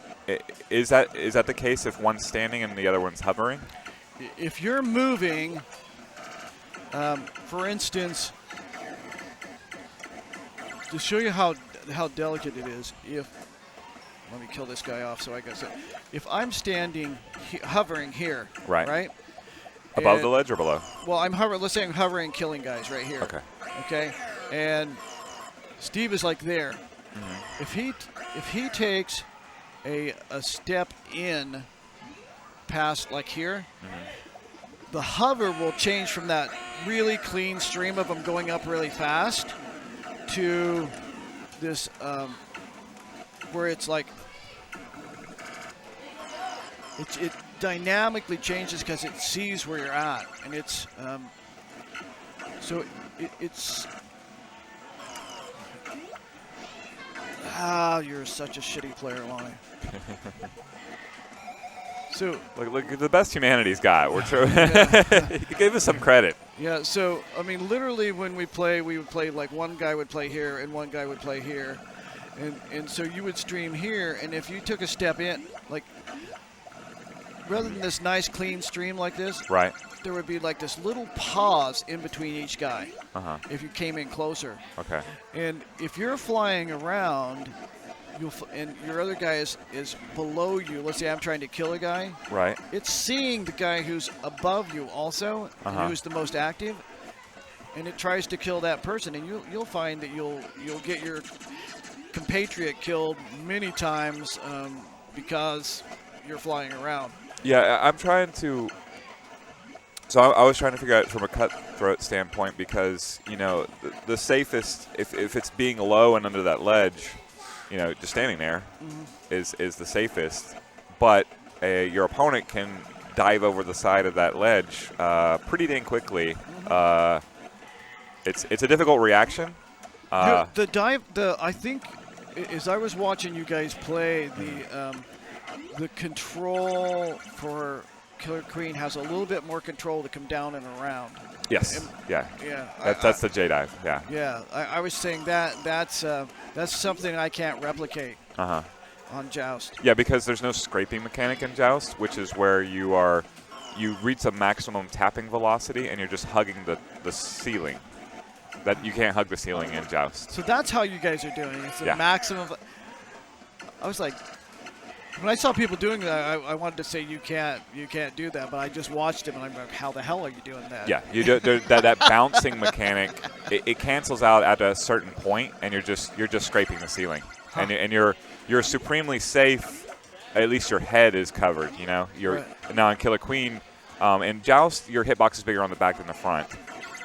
In Killer Queen, you don't have a hitbox on the back, so if you have your back turned like that, you would die. And so that's how you root somebody out of a top or a ceiling position, is you cause a collision on purpose and then pinch the back as they're in stun. You know, you get the and they slide backwards. Actually, one of the Shadow Lords did it to you about, I would say, 20 minutes ago. You were walking across the ground, you both hit at full speed, and you got sent backwards. The other Shadow Lord picked you off on the opposite side before you got out of your stun animation. So that's something that happens in Killer Queen routinely because everybody's trying to be safe. Therefore, they're hugging the ceiling, and you know the pinch happens. I enjoyed watching the players the other day. I was able to pull that off against Tracey as well. It's just not the same because you can't hug the ceiling in Joust, so that therefore you have to do a ceiling touch and a pinch attack at the exact same time. Yeah, one of the really good kills that you can get on Joust, or maybe, I don't know if you can bounce off the ceiling, but you can. You know, it's a great kill. A lot of times if I'm in trouble, I'll go as hard as you can from the top to the ceiling and then kill something to be in control. Yeah, because you can get some pretty good velocity playing Joust. Oh, yes. More so than Killer Queen. So a lot of times Killer Queen players, when their first impression of Joust is, hey, this is slow. It's like Killer Queen, but slow. Well, the top speed velocity changes of Joust is quite a bit greater than Killer Queen. You can really cook across the screen. And it may be a smaller play field also. So they might be right. I'm not totally sure.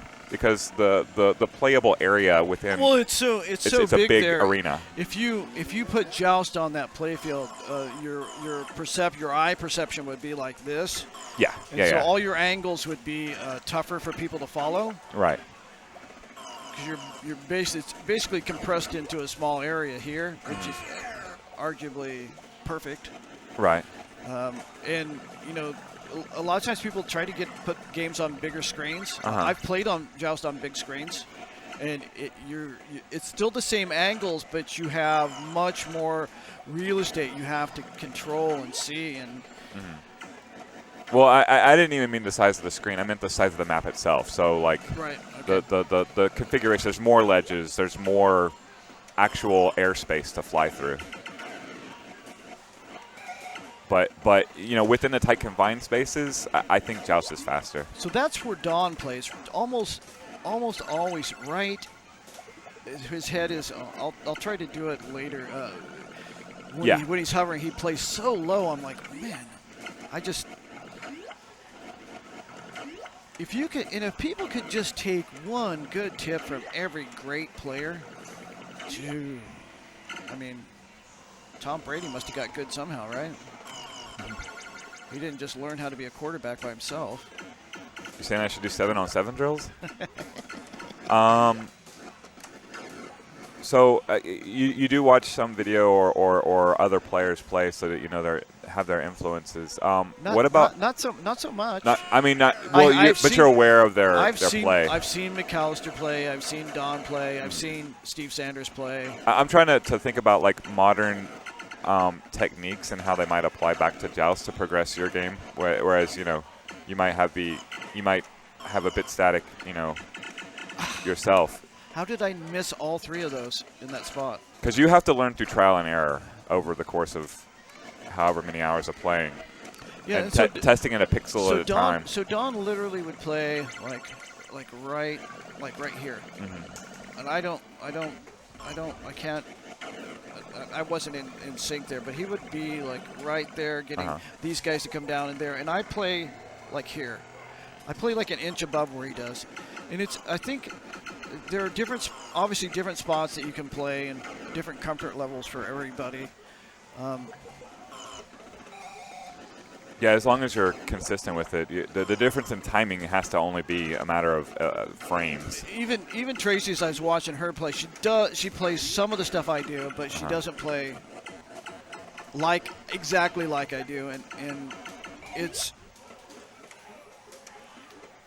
I don't think you're going to.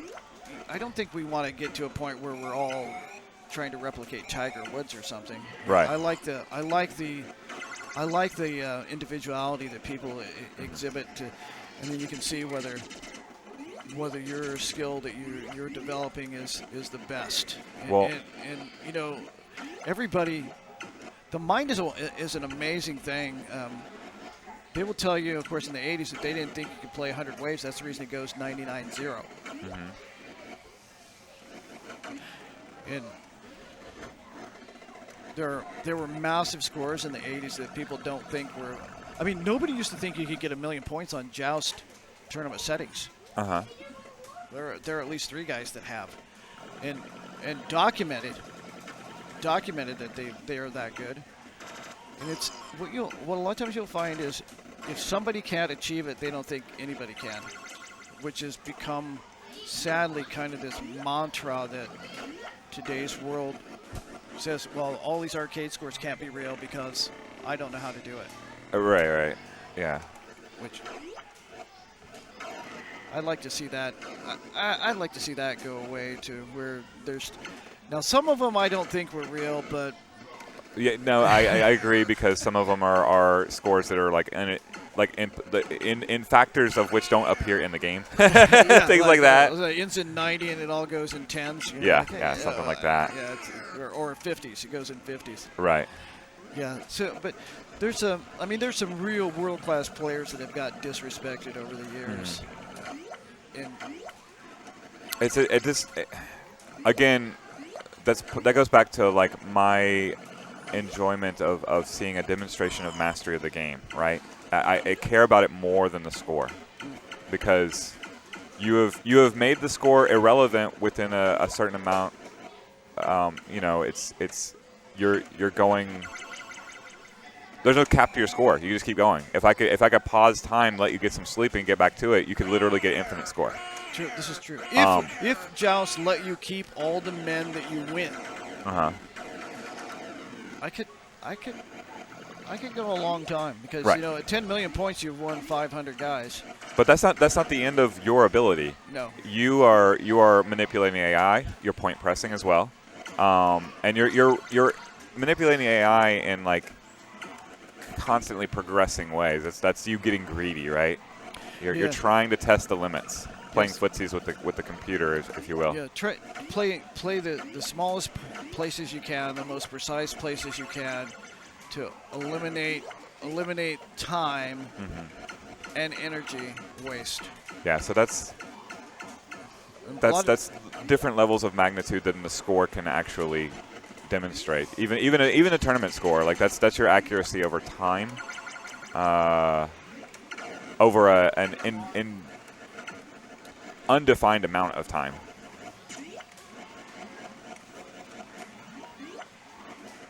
But you know, your mentality then has to, in part, change to like what's sustainable, what's safe. I can't lose a life because I only have 5 of them. Right. Yeah, it's interesting. But so modern techniques applied to how it might help innovate. Have you ever tried or seen anybody try a task robot on Joust? I'm not sure what that is. So it's something that they use in speedrunning a lot. It's called a tool-assisted speedrun is what TAS is. And they'll program an AI to play the game with a certain parameter, beat it as fast as possible, or do some garish thing where they can have the computer like stop the game, pause the game in emulators, go frame by frame to do whatever it wants to manipulate the AI. Yes, Christian Gringos did that many years ago. He literally had the machine play all day. Yeah. Well, yeah, and just watching how the task. Now, it's not a human, so it doesn't matter in some ways. But I've seen some games take inspiration from how the computer with infinite attempts at infinite, numbers could attack things. The computer can develop new techniques that then a human can bring back into the game eventually.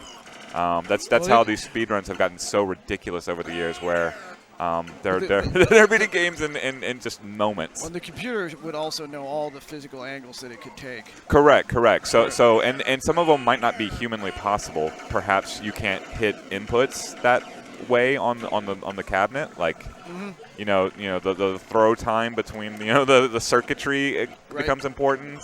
But occasionally you'll see the computer do something that involves AI manipulation that is so ridiculous that you would never consider it, and then you have a new technique. Yeah, Christian was telling me about running like that for a long time because he wanted to see something. I've got it documented someplace. He was one of the guys that played to 99 million points or 98 million points. Okay. And then just stopped. And did he find anything innovative that he could bring to it? He didn't tell me he did. He just was saying he did this for. Gotcha. I don't know if he just did it for entertainment quotient or why. But. Yeah. So there's a different category for speed running. So they're related. They're both showing mastery of the game in different objective ways. So there's a different category of speed running where you have a tool assisted speed run champion. So can you build a better robot to play the game becomes the question. And then there's the human. Can a human do it, right?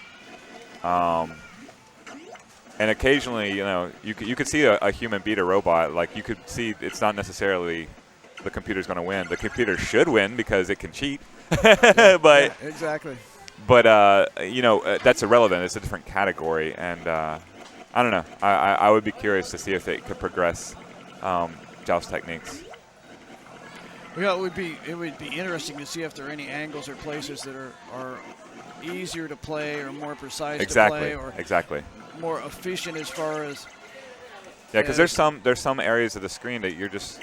Why would you go up there and even experiment? You already know extremely efficient. I've got this very efficient area here. Yeah, and it's very safe. Now, if you think about playing here, look how open I am to attacks from all different areas. Right, and that's not even talking about the top half of the screen.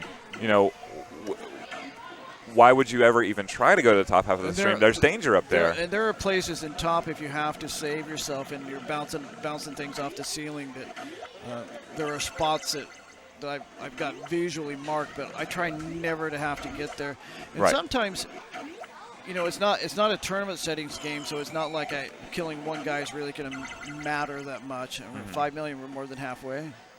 We're at wave 233.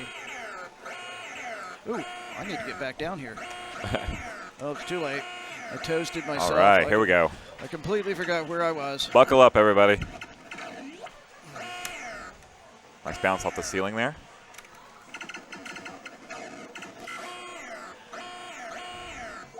Unglued my mind there for a while. Got 3 Pokemon after you.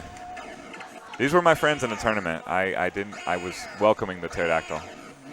Yeah, they are vicious little boogers. Let's see if we can get one of them to come down here. Not there. Not there. Not there.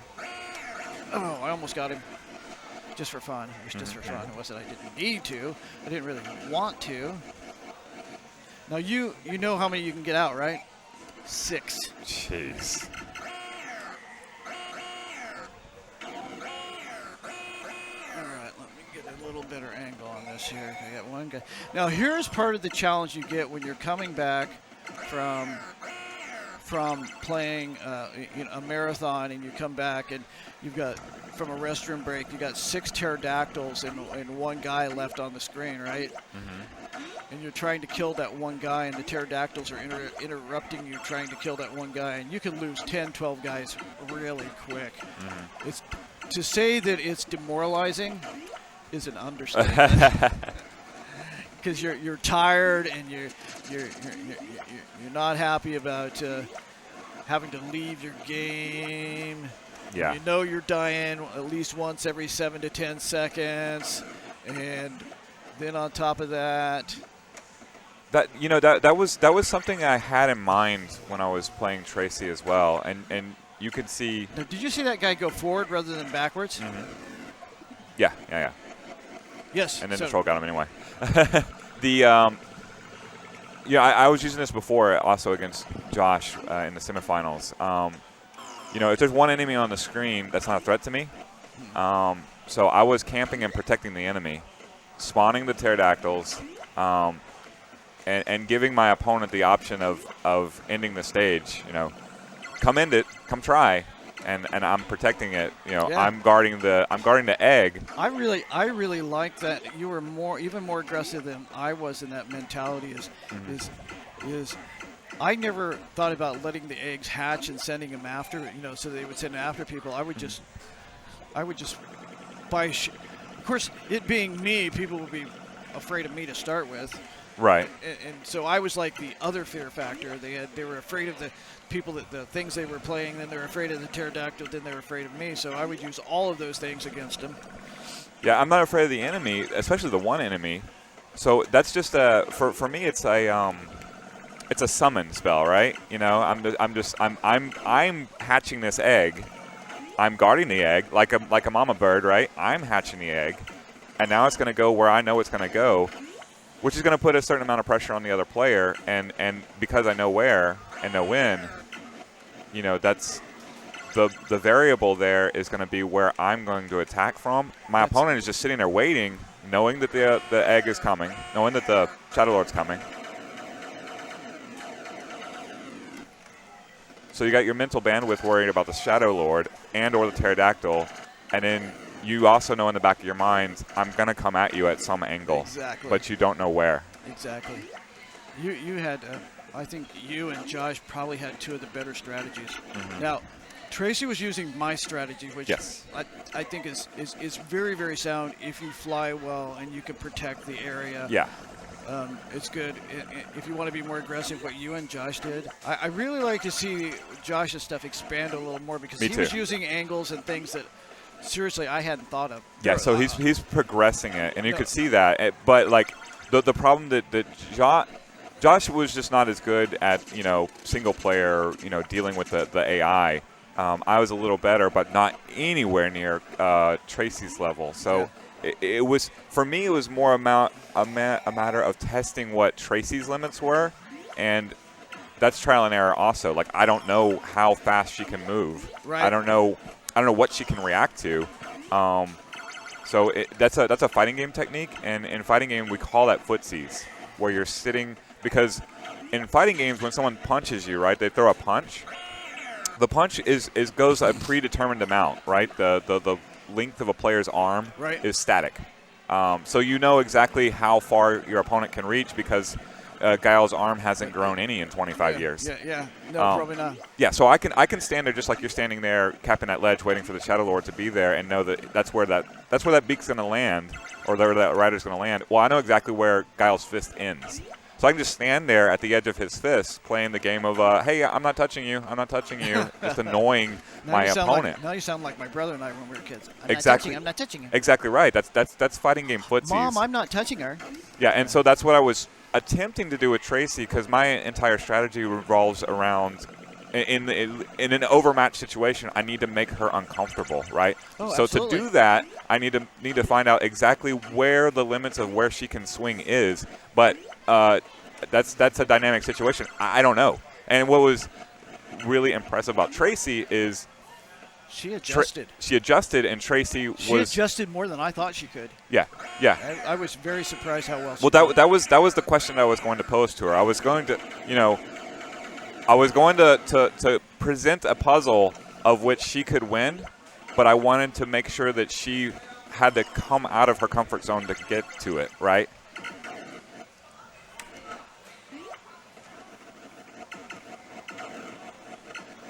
Now, once that happens long term, see him turn around in midair. Yeah. Once that happens long term, I can start playing with that, right? Like if I know when she comes out of her shell, now I can start developing techniques to deal with like her counterattacks, right? But to get there, I had to know how fast she can move, and it was dynamic. She was learning how fast she could move too. It was great. It was really cool to see. Yeah, I think. I abandoned because I was using your strategy early because I didn't have time to practice for this tournament. I had other stuff to do. And then once Josh put pressure on me, I was like, oh, this is more interesting to me than winning the tournament. I want to see it progress and see what happens. See what you can do with it. Yeah, I want to see, and I really wanted to see what Tracey could do with it. Got greedy there and tried to get all of those. Well, I think as I was commentating and I was watching Richard push her. Richard was the first person that really challenged her, and she was sweating. I mean, literally. I was watching. I said, she's sweating. I said she's got gallons of perspiration flowing down from her armpits or something. I said something funny. You want to know something weird? Is that's this? It's not true. That's the second time I've been in the grand finals of what I would call a major Joust tournament with something more on the line than just, hey, it's Tuesday, we're doing a Joust tournament. So that's the second time I've been in the grand finals like that. Nice. And both times when the grand finals was over, I couldn't even help myself. I just gave a giant hug to my competitor. Nice. Both times. And there's video of the first time it happened. You could probably see it in the reflection of our stream yesterday.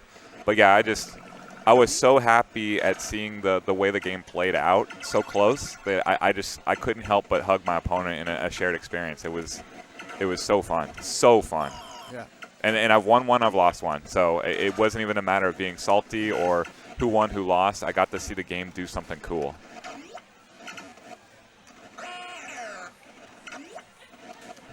And it's even further than that. My opponent with me, we pushed the game to do something cool, and that just made me explode with emotion. Yeah, I was having, I normally have more fun playing, but I honestly think I had more fun watching and commentating, and seeing the growth of the tactics and the game than I would have playing. I guess it'd be like Tiger Woods sponsoring the Tiger Woods tournament. I want to watching. It was a good looking at some of the comments from the players from yesterday. I'm trying to think. There's Michael had an interesting one. The only sad thing is they never got to see me play. Which you just play next time. It's all good. Oh no, I'm getting old and slow. I think I got two or three more. But not slow. 2 or 3 more attempts at the marathon. That's marathon. That's different. That's different, Lonnie. That's your endurance, right? Yeah. But your play is great. When you're playing at the top of your game. The top of your game is as high as it ever is. Can you not do it over 70 hours, I guess? I think physically, John McAllister did the world record in 54.5 hours. And his goal was to play 2 million points an hour. I can play 2.2, 2.4 million an hour. If I average 2.2, I could beat it in 49 hours. The challenge is you go through those physical points where your brain shuts down. Yeah. Which makes it rough. Yeah. See, that's less interesting to me. Your per hour total is more interesting to me. You're pushing it harder. The fact that you're 61, you said? Yeah, 61 and a half now. Yeah, the fact that you're 61, and if somebody was 22 and they learned this game on that level somehow. That they would be able to outlast you. That's less interesting. I'm not interested in the fact that a 22-year-old could outlast a 61-year-old in a contest of waking up. That would almost be a. Duh. Yeah. They gotta finish their college final. Whatever. You've already done that. So. But your mastery over the time per hour, that is compelling to me. So this is from Michael P. from the tournament yesterday. Had a great time at Free Play at Arlington today. I met Joshua DeBonis, Nikita Mikros, and John Newcomer. And I also learned that competitive Joust is surprisingly hype. So a lot of messages like that out there.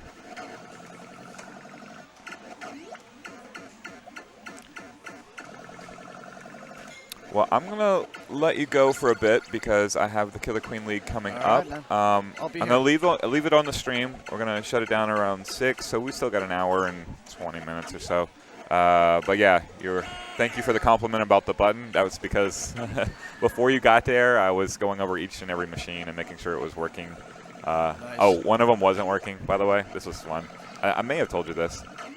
One of the machines somehow was having an error where player 1 button and joystick was controlling both sides simultaneously. You press flap, it flaps for both sides. You press left for both sides, right for both sides. That almost sounds like a wire crossed. Yeah, probably. But, or something that they fixed, obviously. But it was doing that, so I was playing it, and at first I was like, this is a huge problem. I need the tech right now. And I started playing around with it, and because that's I've seen that in other games before, and you just have like two characters moving in unison. Well, Joust, because the angle and the speed and the drifting of your players is dynamic to where it hits the ledges. I was controlling them independently with the same controls. So, and they were moving at different trajectories. So it was a lot of fun. It was like controlling a multi-ball. It was fun. I would absolutely play it again like that if it were set up. Now, clearly it was a problem. We fixed it immediately. But like that was a fun variant of Joust. Now I want you to take the gold contacts off one of the leaf switches and watch the bird fly backwards and try to control it playing backwards. I literally had to do that in one game. It was flying backwards because one of the gold contacts was gone. And I played it like that for a while, and it was like just virtually playing it in reverse. Now, I didn't play to 10 million points like that. I was trying to figure out what was going on. I was like, well, that's interesting. I've never seen that before, kind of mentality. The way the inside of a Killer Queen machine works is there's two screens, not one. So there's a HDMI splitter on the inside, and it has 4 ports. So they made it intentionally and encourage you to make a display that's external to the cabinet. So you can take a third screen, put it on top of Killer Queen, and just display it to the audience, right?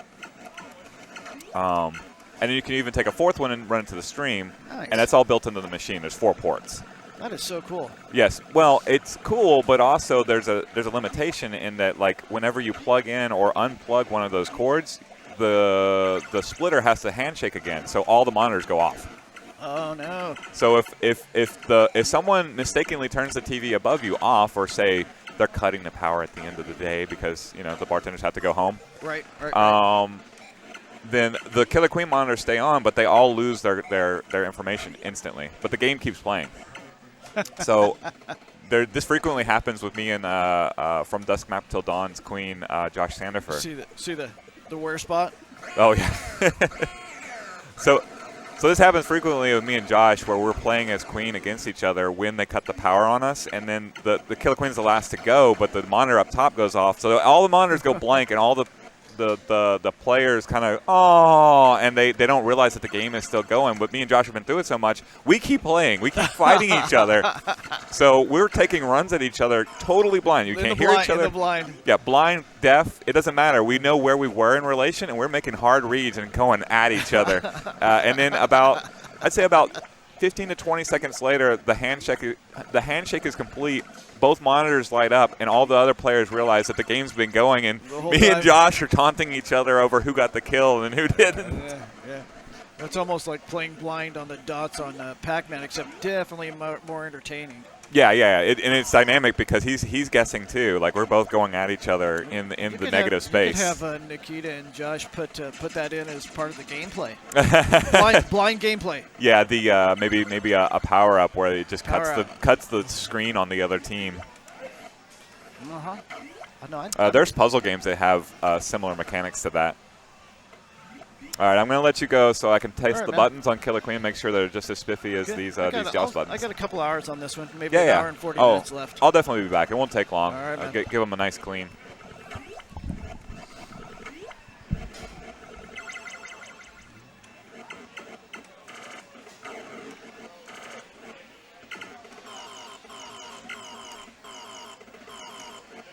Oh, Lonnie. A little hop didn't do any good at all.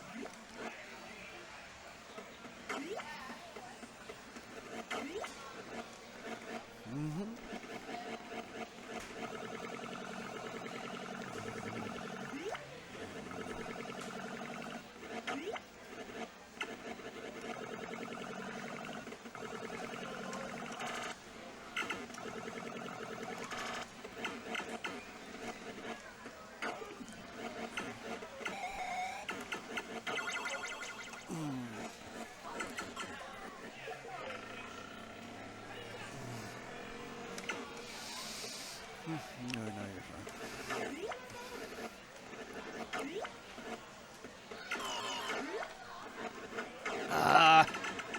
Horse manure.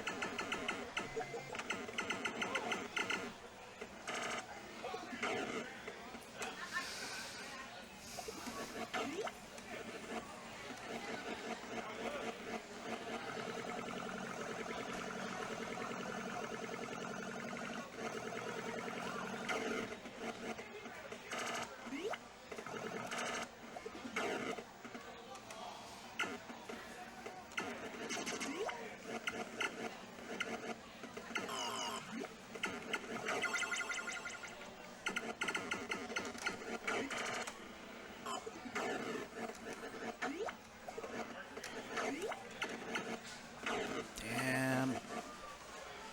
All right, Lonnie.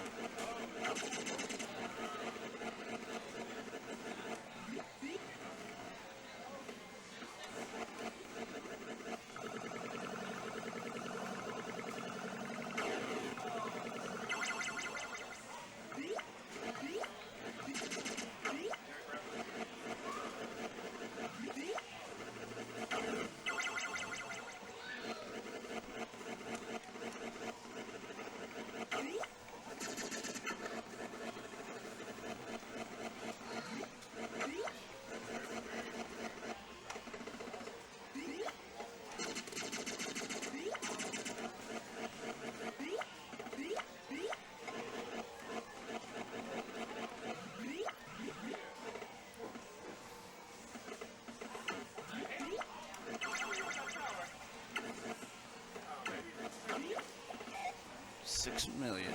6 million. 6 million points.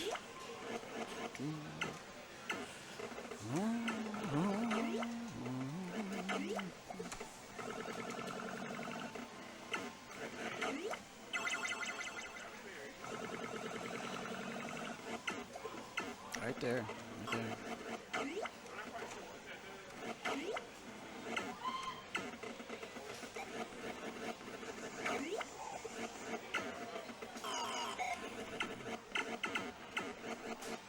Unbelievable shoots.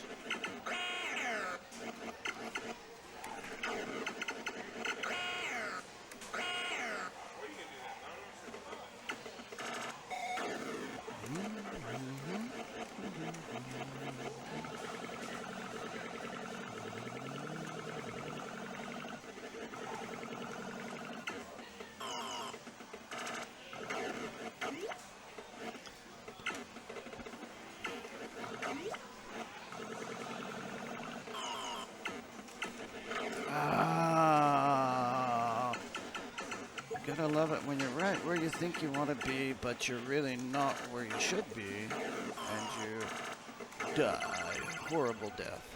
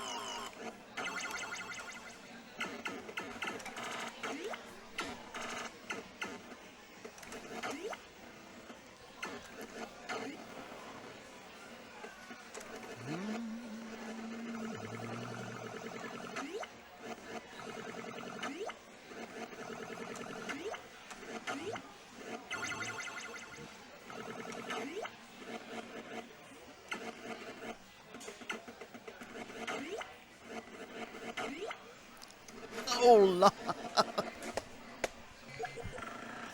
Mr. Tricky, got yourself killed, didn't you? Come on. And boom. And right there.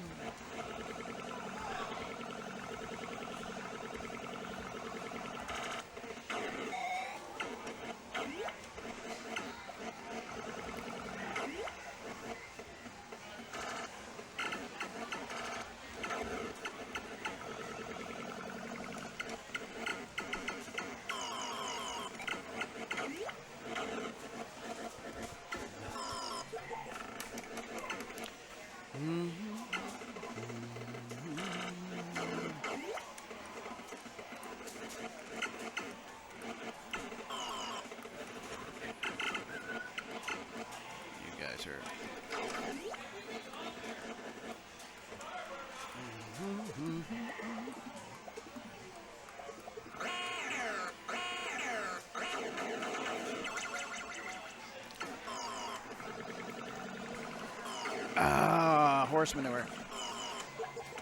Horse manure.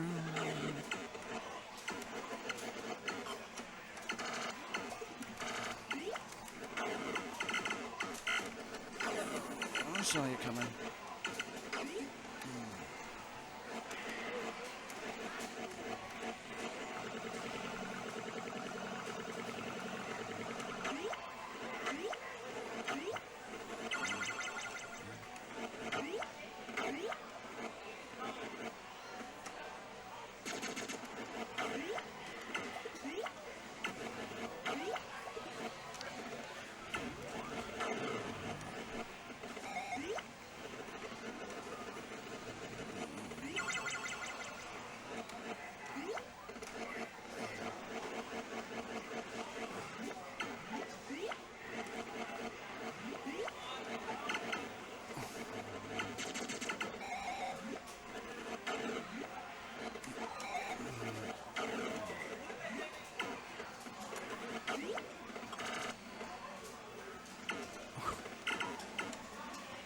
Oh, that was a serious haircut.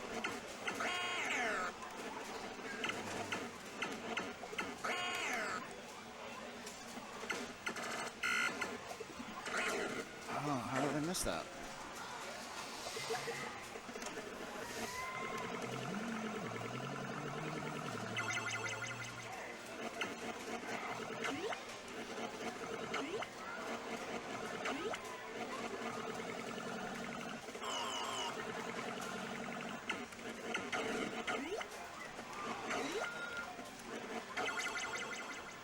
That's right. Come on.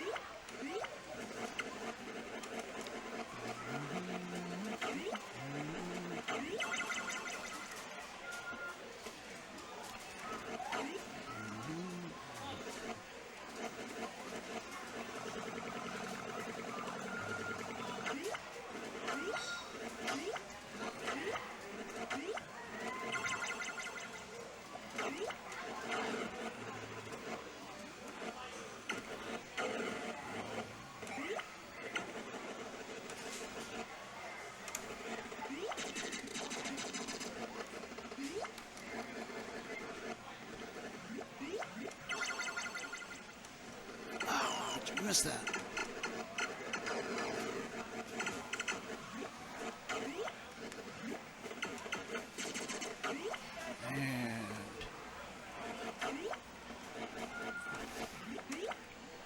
And you know you like to die, little blue guy. Come on. What you got? What you got?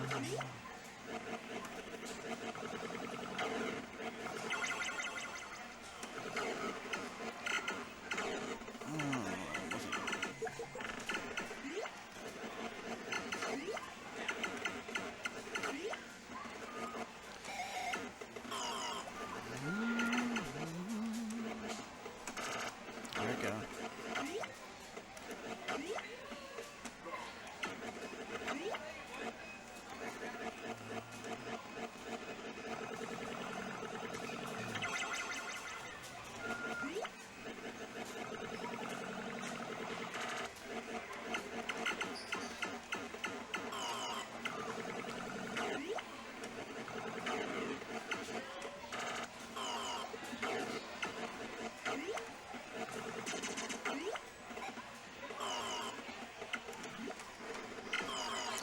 Come on.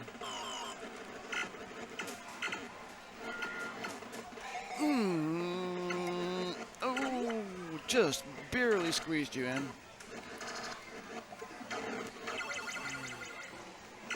Come on.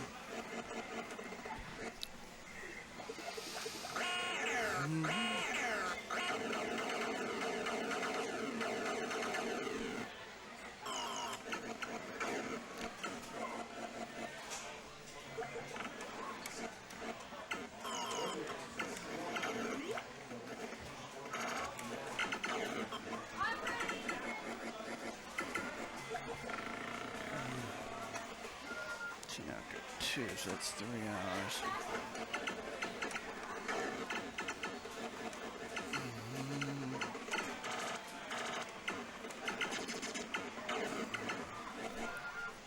Come on. Dead.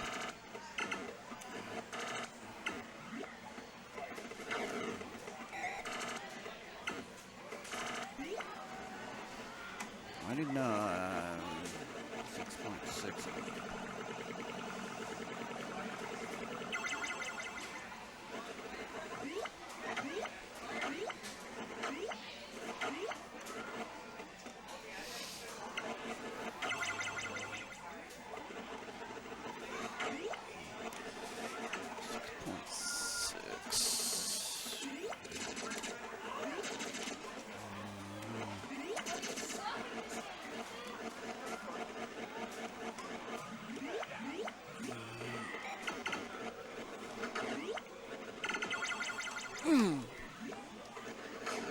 Come on.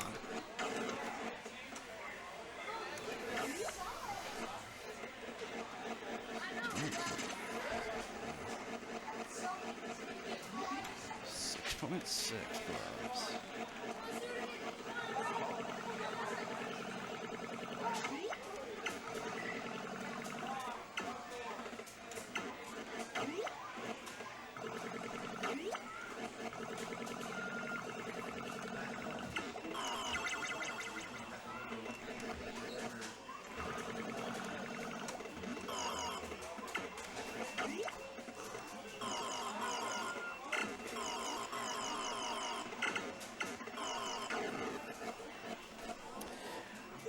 Well,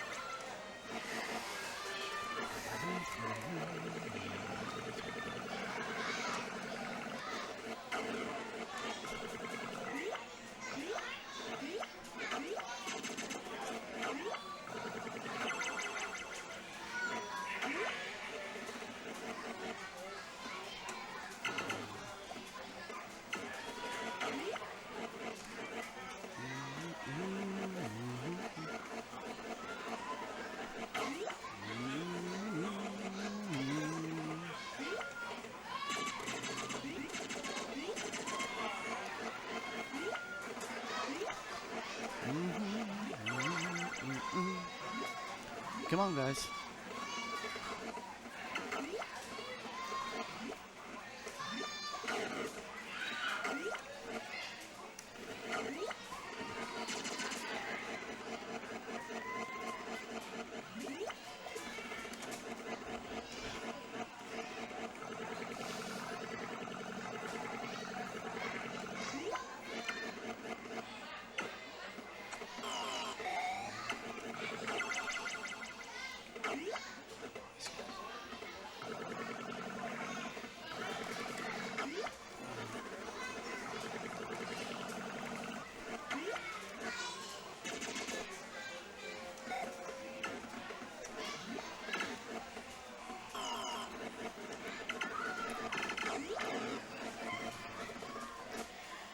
Not what I wanted to do, Mr. Joust.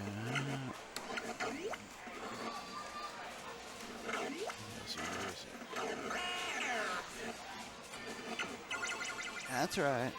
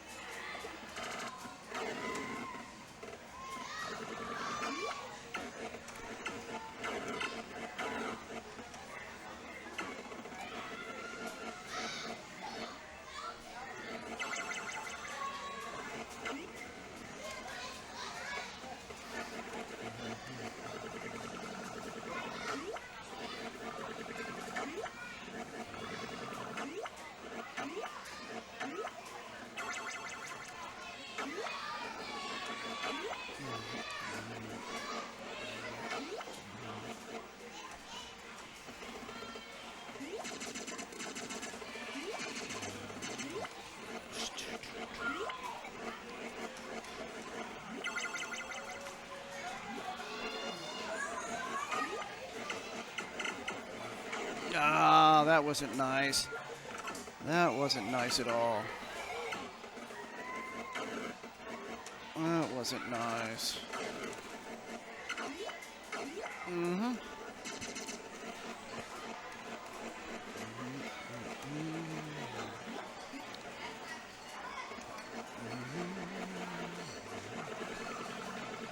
Come on. Come to Papa.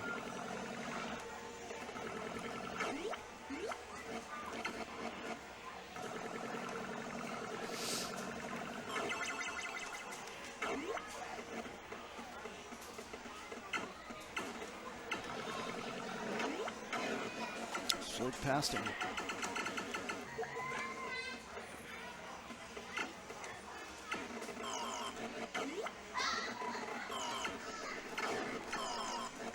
Oh, stuffed me again.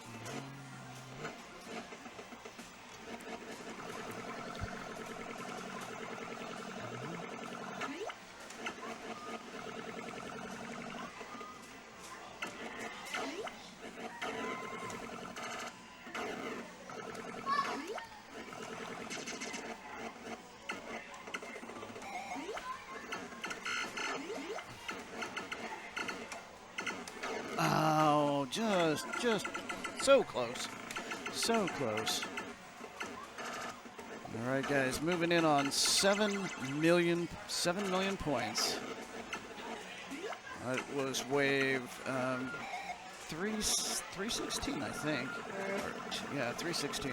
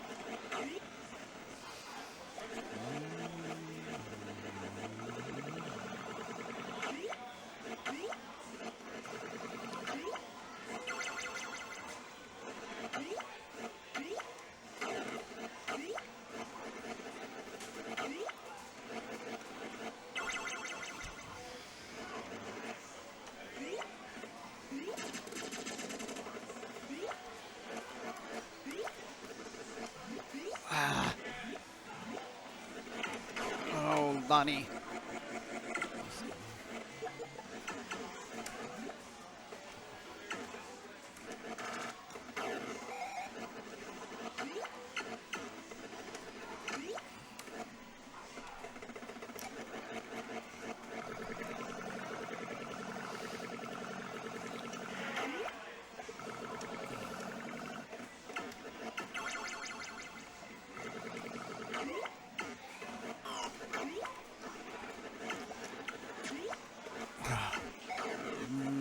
turned around on me, didn't you?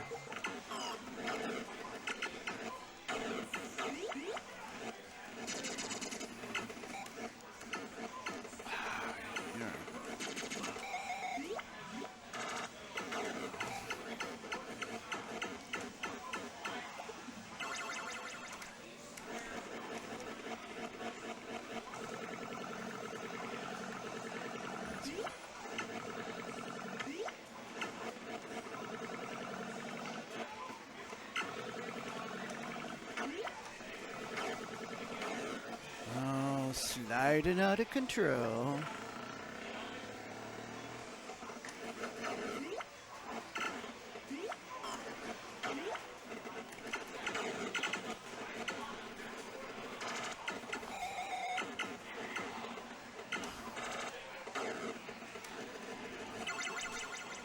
Oh, come on.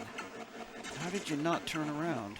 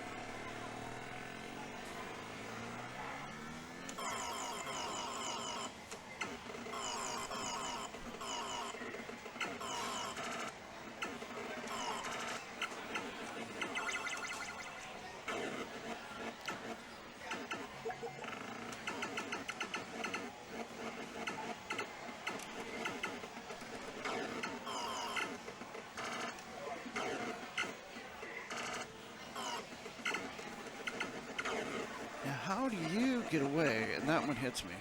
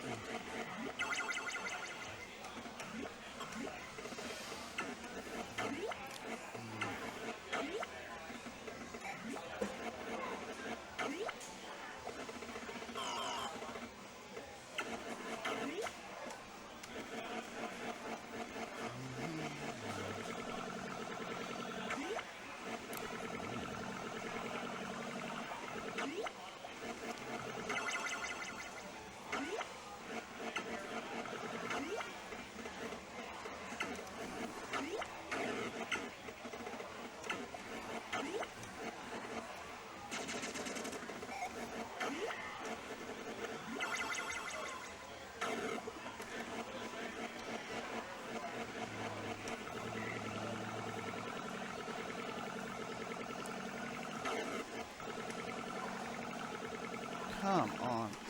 Fuck me. Doggone it.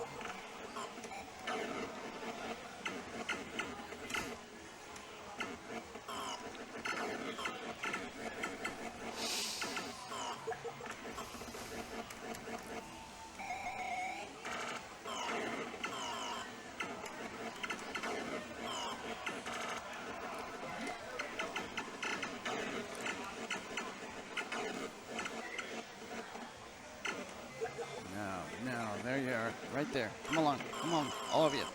All of you. Turned around again. Okay.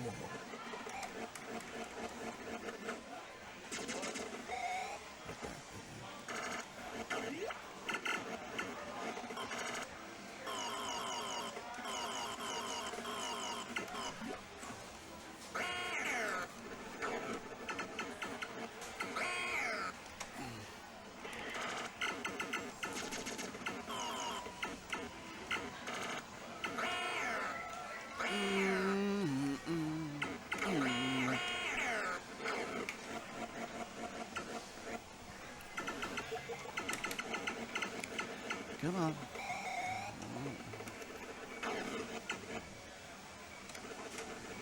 Right there, right there. There's 7.5. Right there.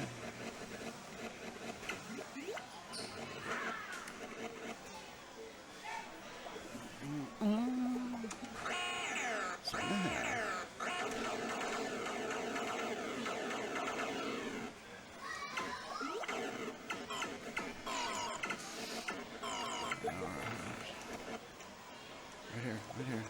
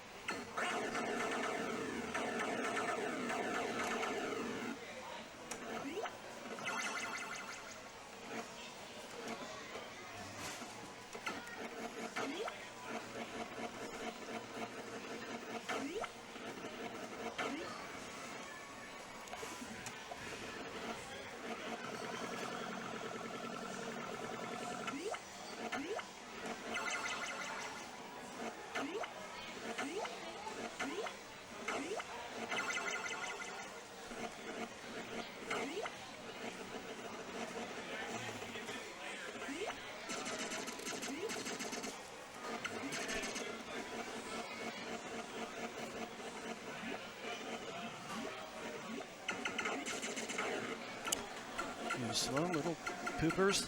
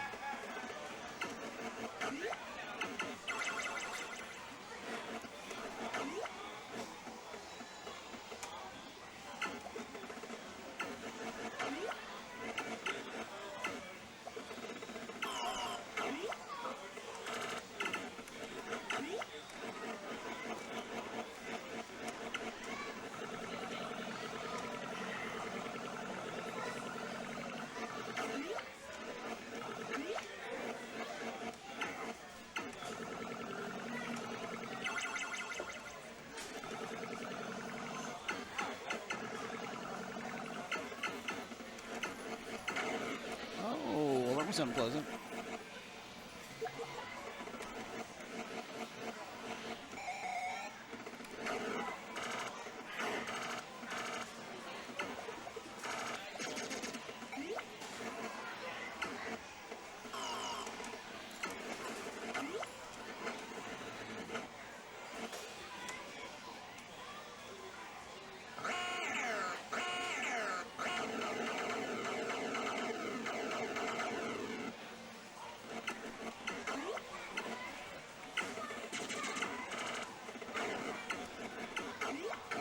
Oh, come on.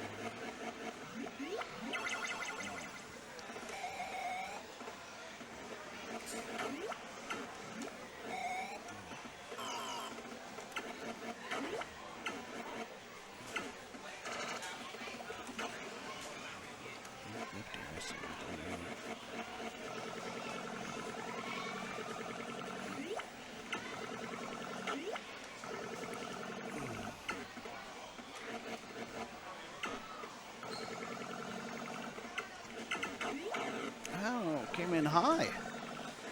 Came in a little hot, didn't you? Little testy.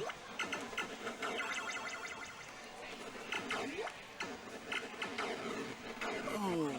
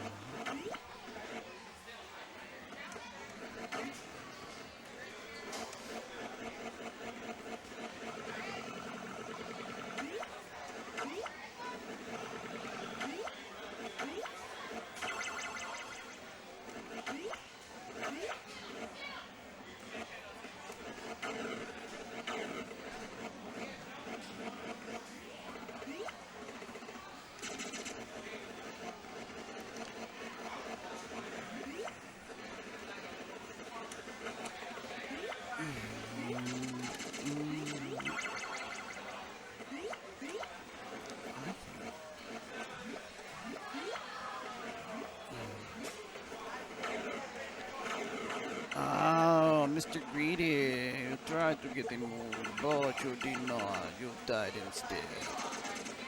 It was a painful death. Ooh.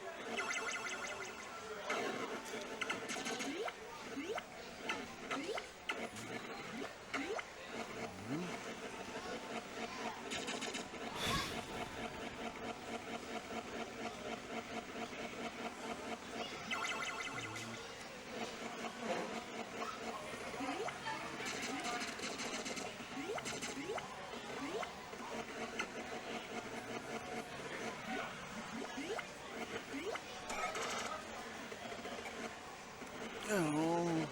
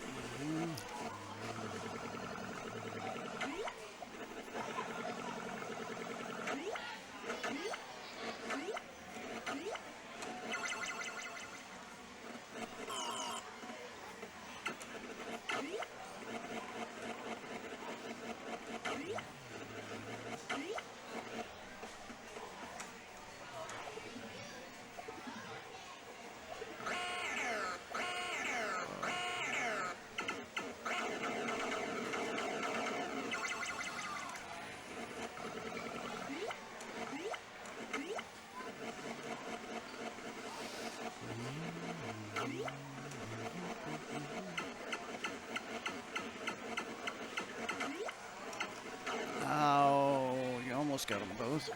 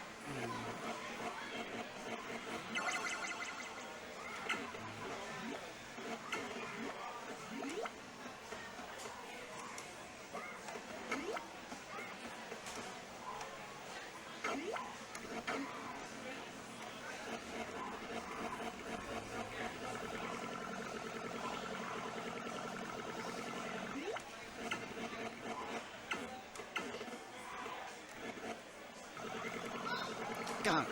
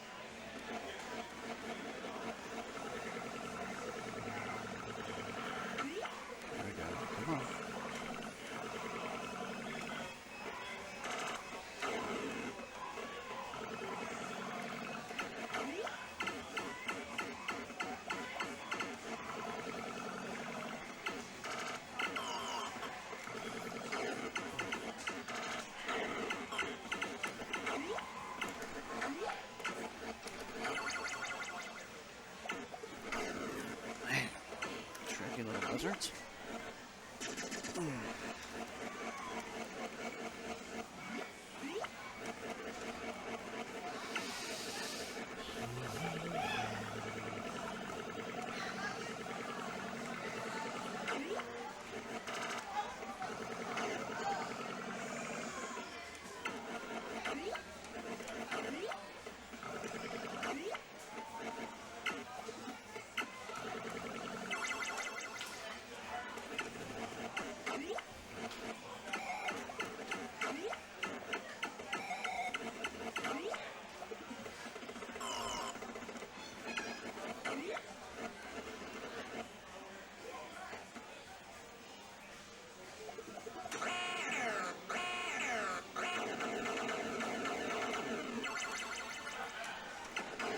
Damn you. Missed it by that much.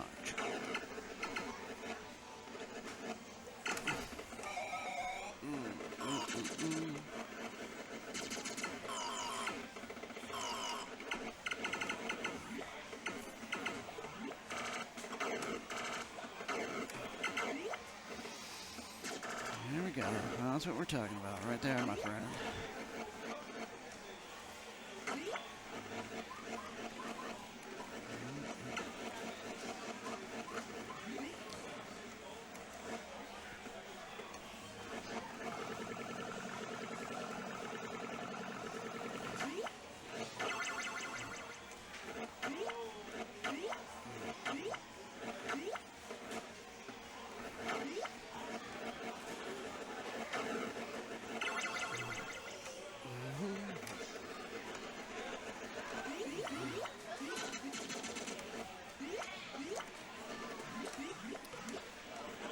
Oh, hammerhead. That was vicious. Oh, come on.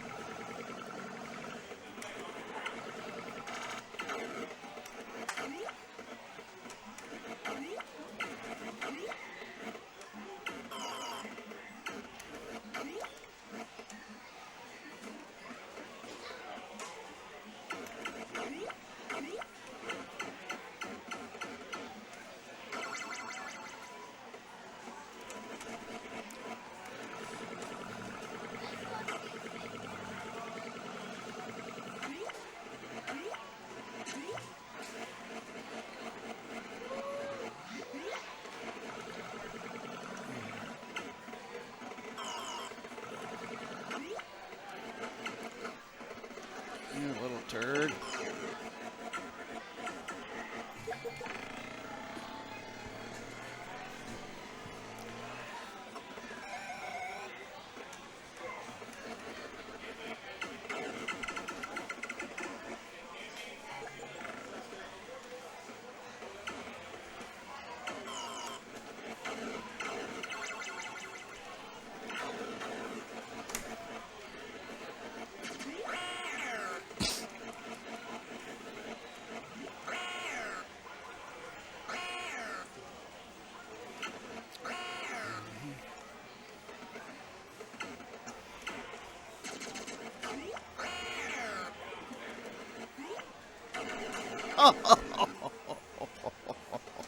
That was classic.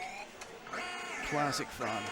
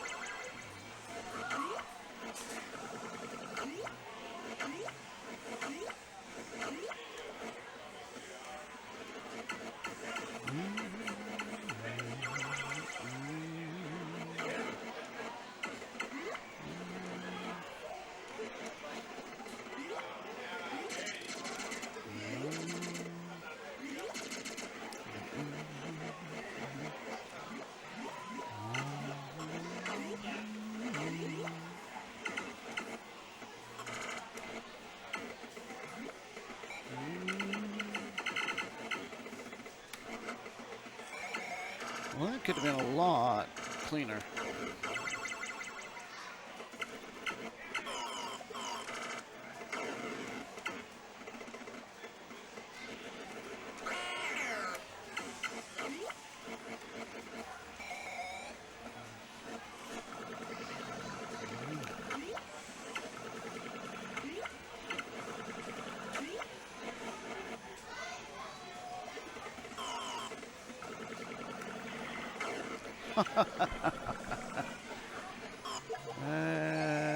Mr. Turkey.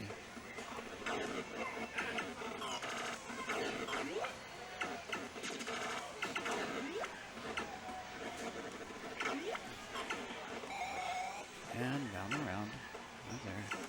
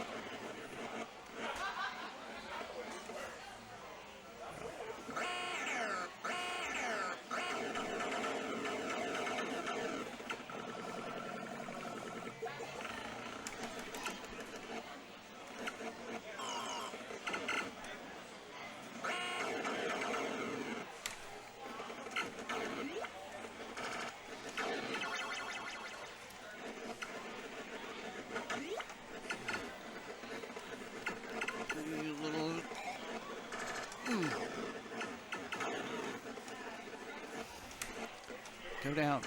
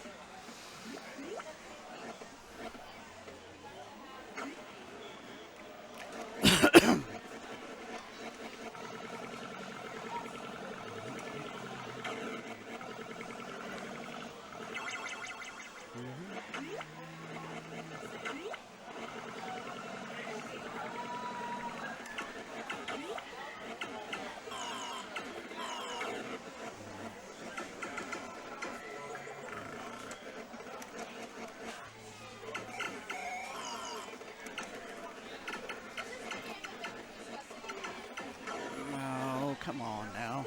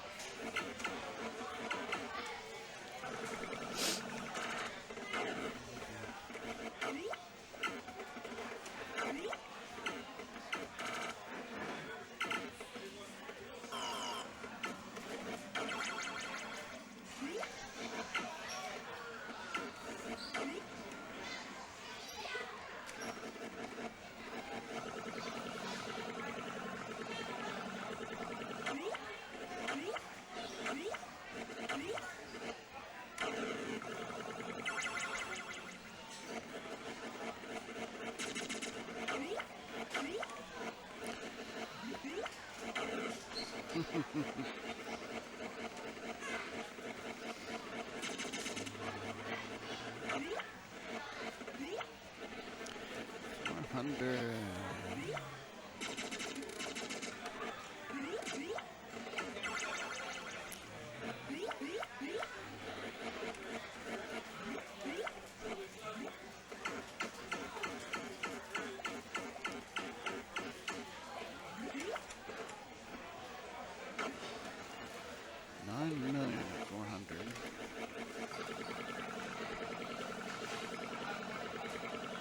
That was wave 400, which was roughly 9 million points.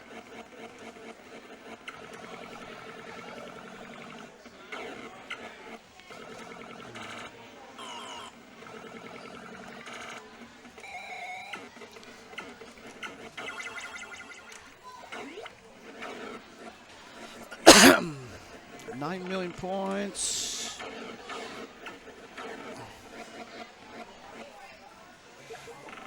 Just under 4 hours.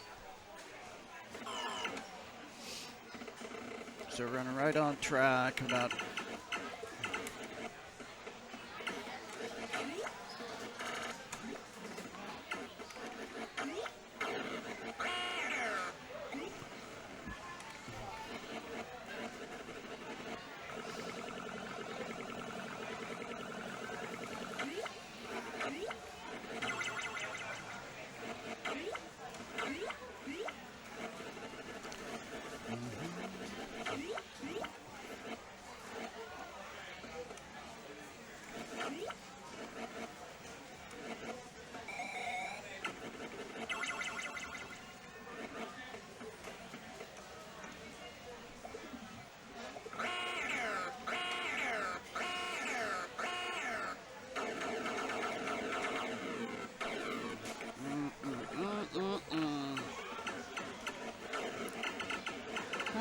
Well, that's clever.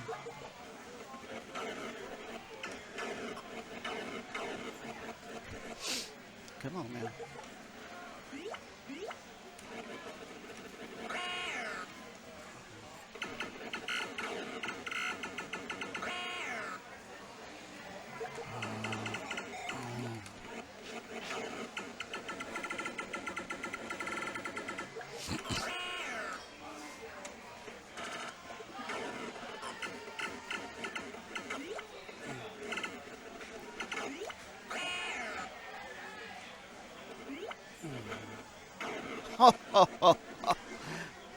You think you're right where you want to be and you die anyway? What's up with that?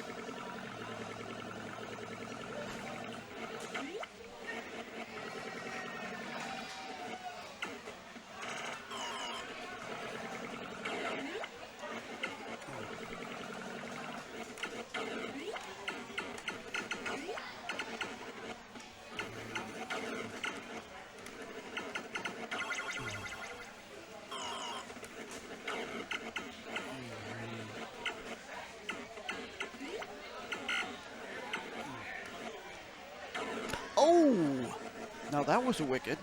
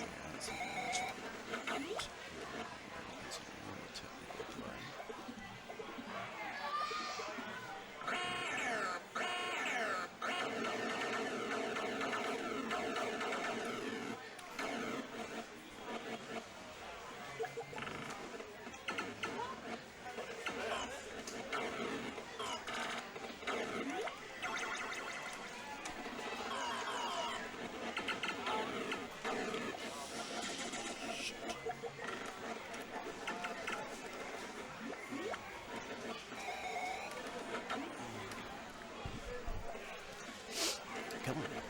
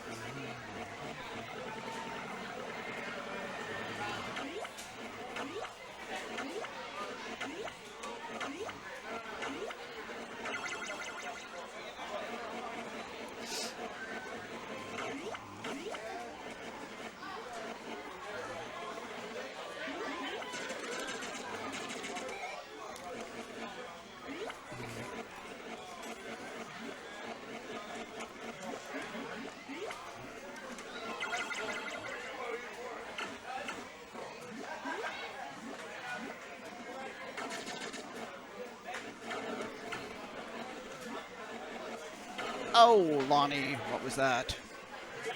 Didn't even look. Didn't even pay attention.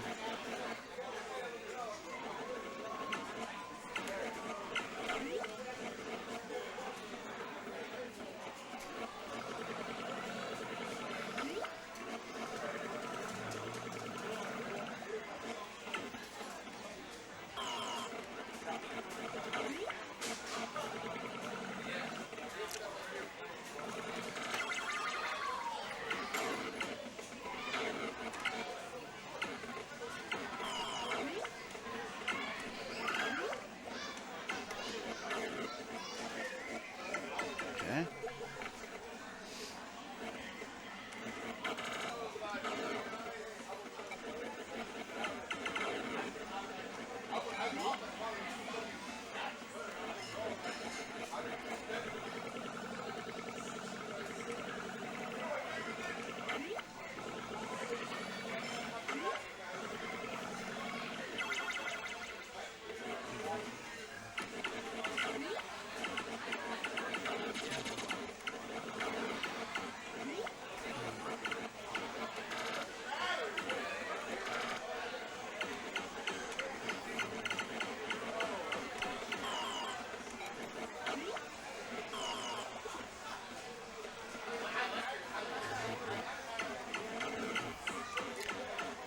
That's right.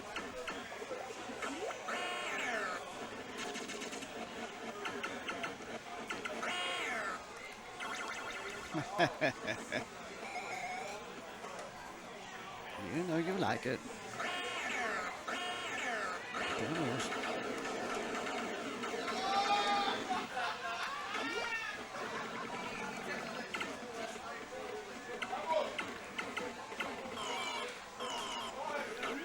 Oh, come on, get out of there.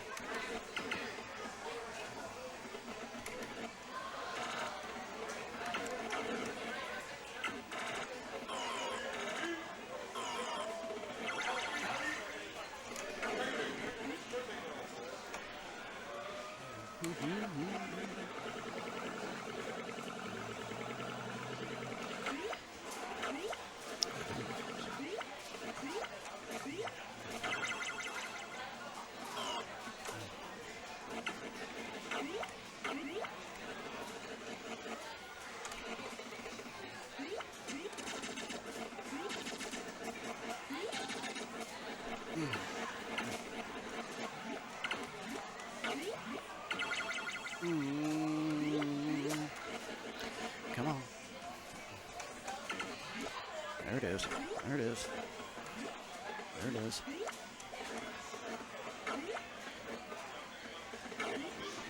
Nice.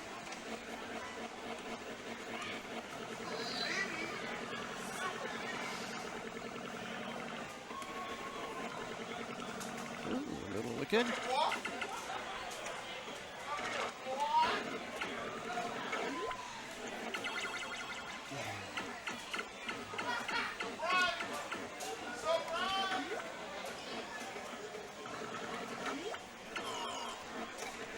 Oh, Lonnie. Think backwards.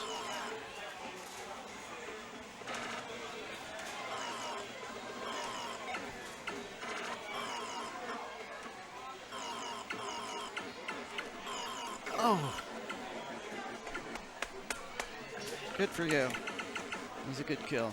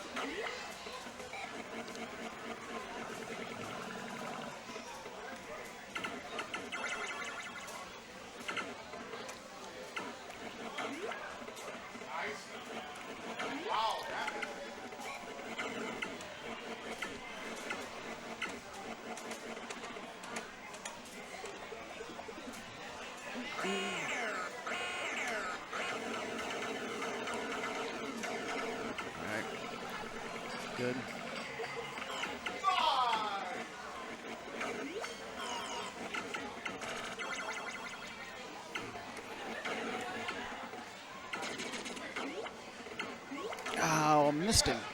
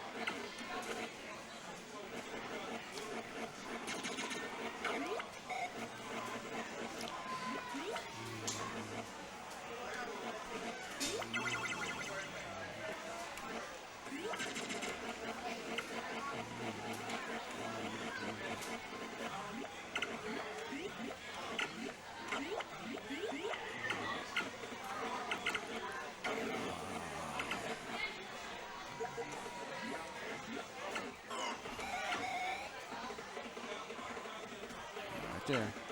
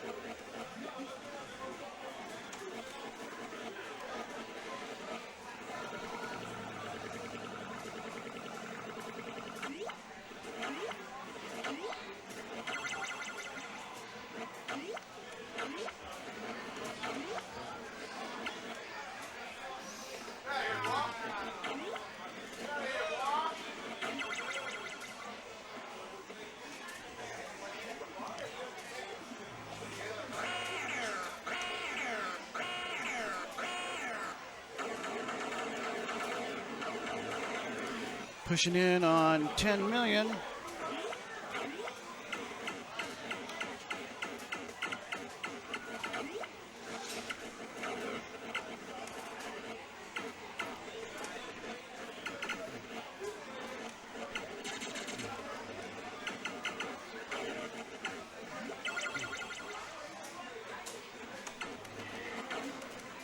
There it is, 9.8, wave 434.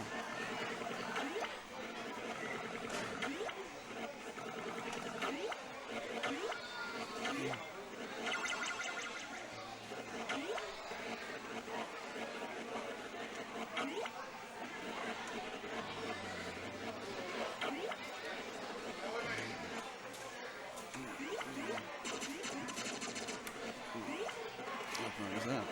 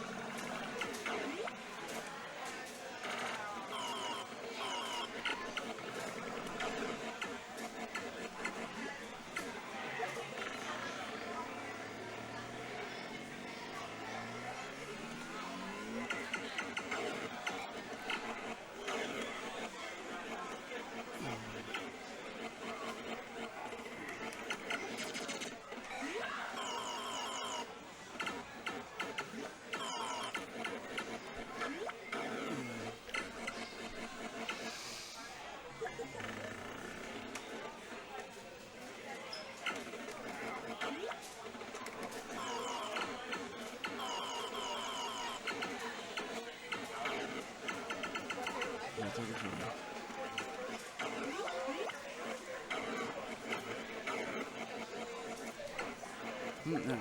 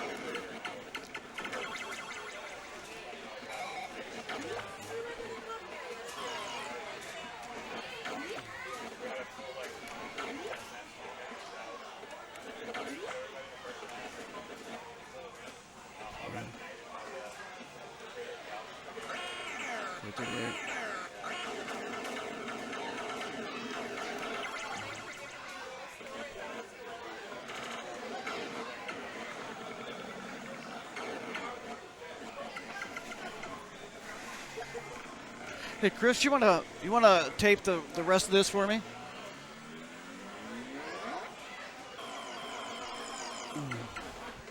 Hold on.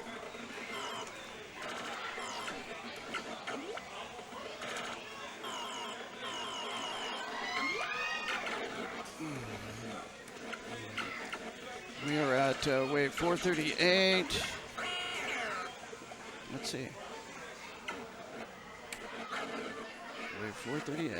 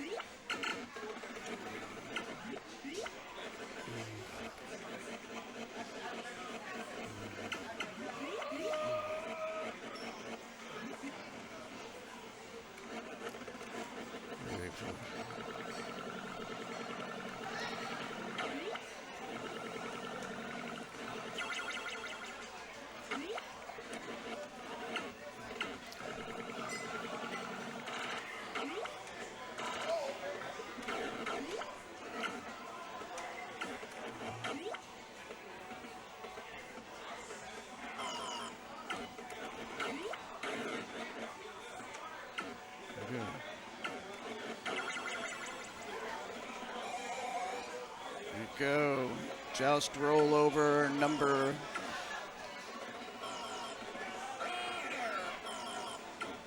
Joust rollover number 442. I mean 252. Wave 442.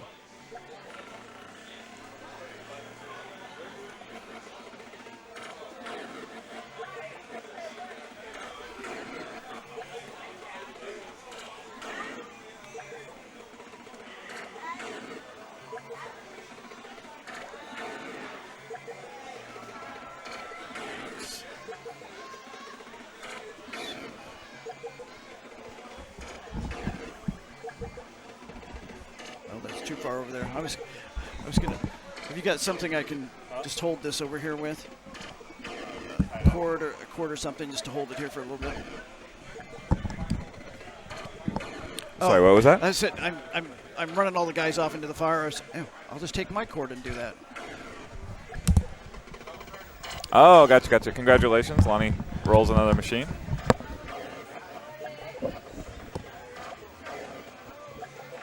Finishes at 334-ish.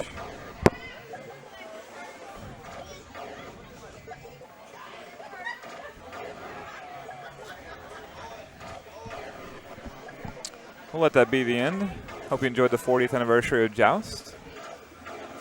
We're going to be back at little before 6 on the air again, broadcasting the Free Play Killer Queen League from this very location. I'd keep it up, but I got to move the stream over. So, see you guys later. Thank you for joining us. And, yeah. I'm going to catch the bathroom. I'll be right back. Okay. Bye, everybody.